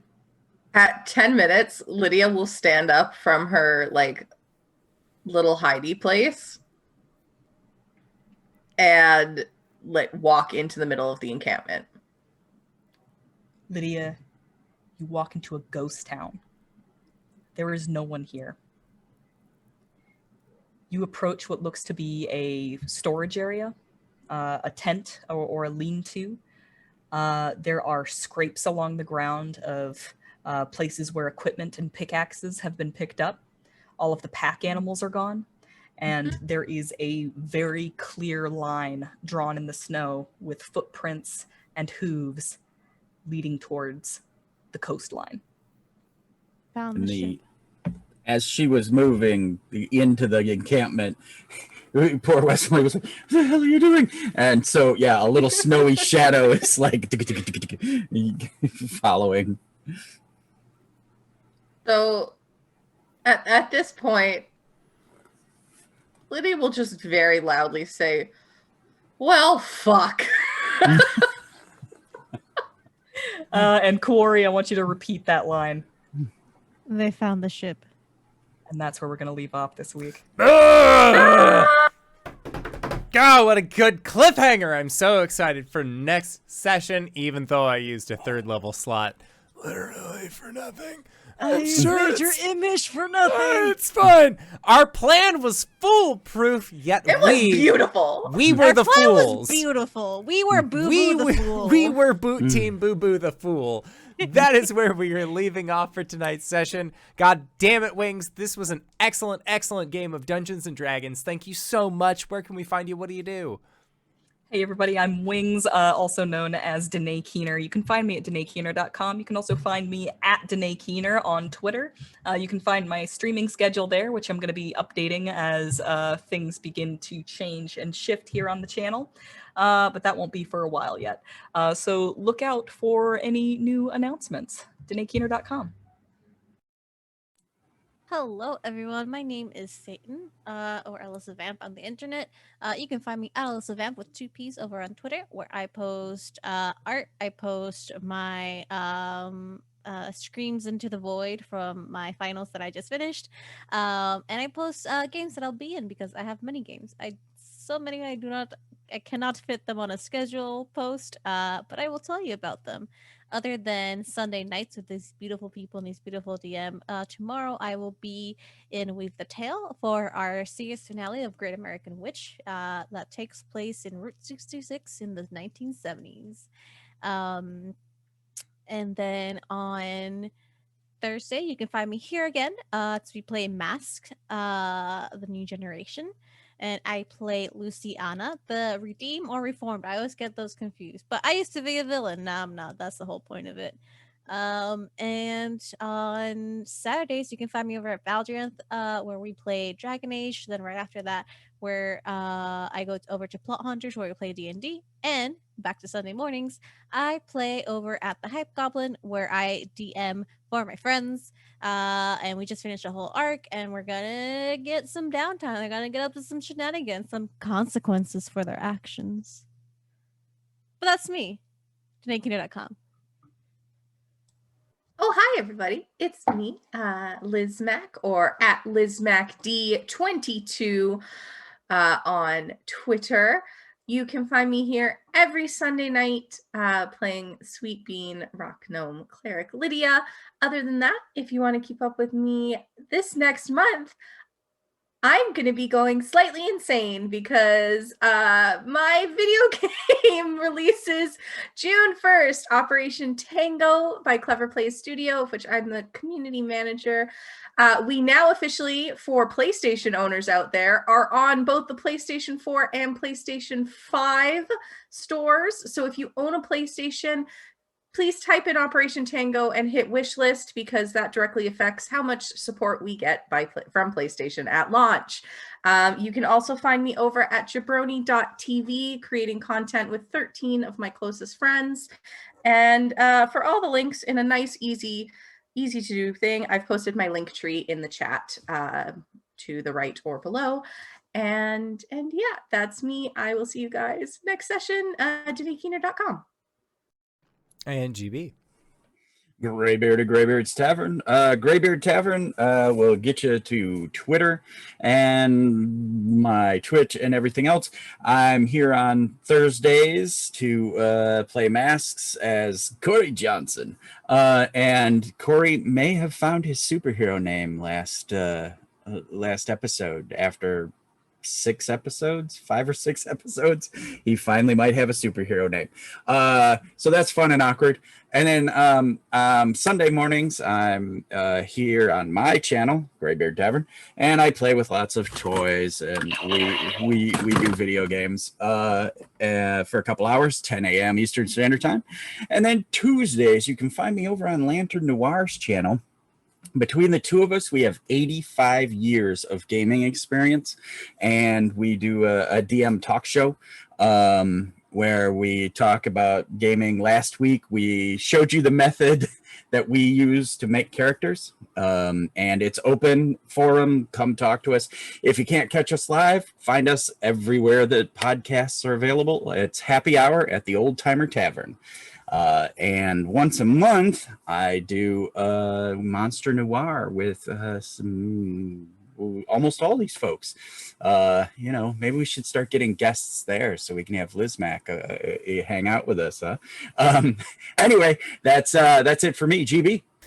And if you've made it this far, you probably already know who I am. But if you don't, hey, Acorns, what's up? It's me, your buddy, your pal, your friend, the Indoor Adventurer, the showrunner here at twitch.tv/Indoor Adventures. We do shows like this on Monday and Thursday at 5:30 p.m. Pacific Standard Time, as well as on Sundays at 7 o'clock p.m. Pacific Standard Time. If this is your first time joining us, you can go to youtube.com/Indoor Adventures to check up on all of the VODs of each of the games that we have played up until this point, including full playthroughs of Curse of Strahd, Tomb of Annihilation, Ghost of Saltmarsh, Waterdeep Dragon Heist, Tyrant Security, and many, many more to come. We also post those audio casts anywhere they are made for free under the same moniker. And speaking of things that are being made available for free, we are going to be going into our after show called Nights in the Courtyard, where we answer questions not only from the community, but also from each other. So if you have any questions that you would like to ask myself or any of these other fine folk, feel free to join us there. But before that, I would like to say once again, thank you to everybody who decided to stop on by. We had a wonderfully active chat tonight. It was really awesome to see. I'm so appreciative of it. And thank you to Danae for running this game for all of us shitlords, because we couldn't have a game without you. It's great. And again, audience, thank you so much for coming, and we will see all of you all next week. All right, everybody. Bye-bye!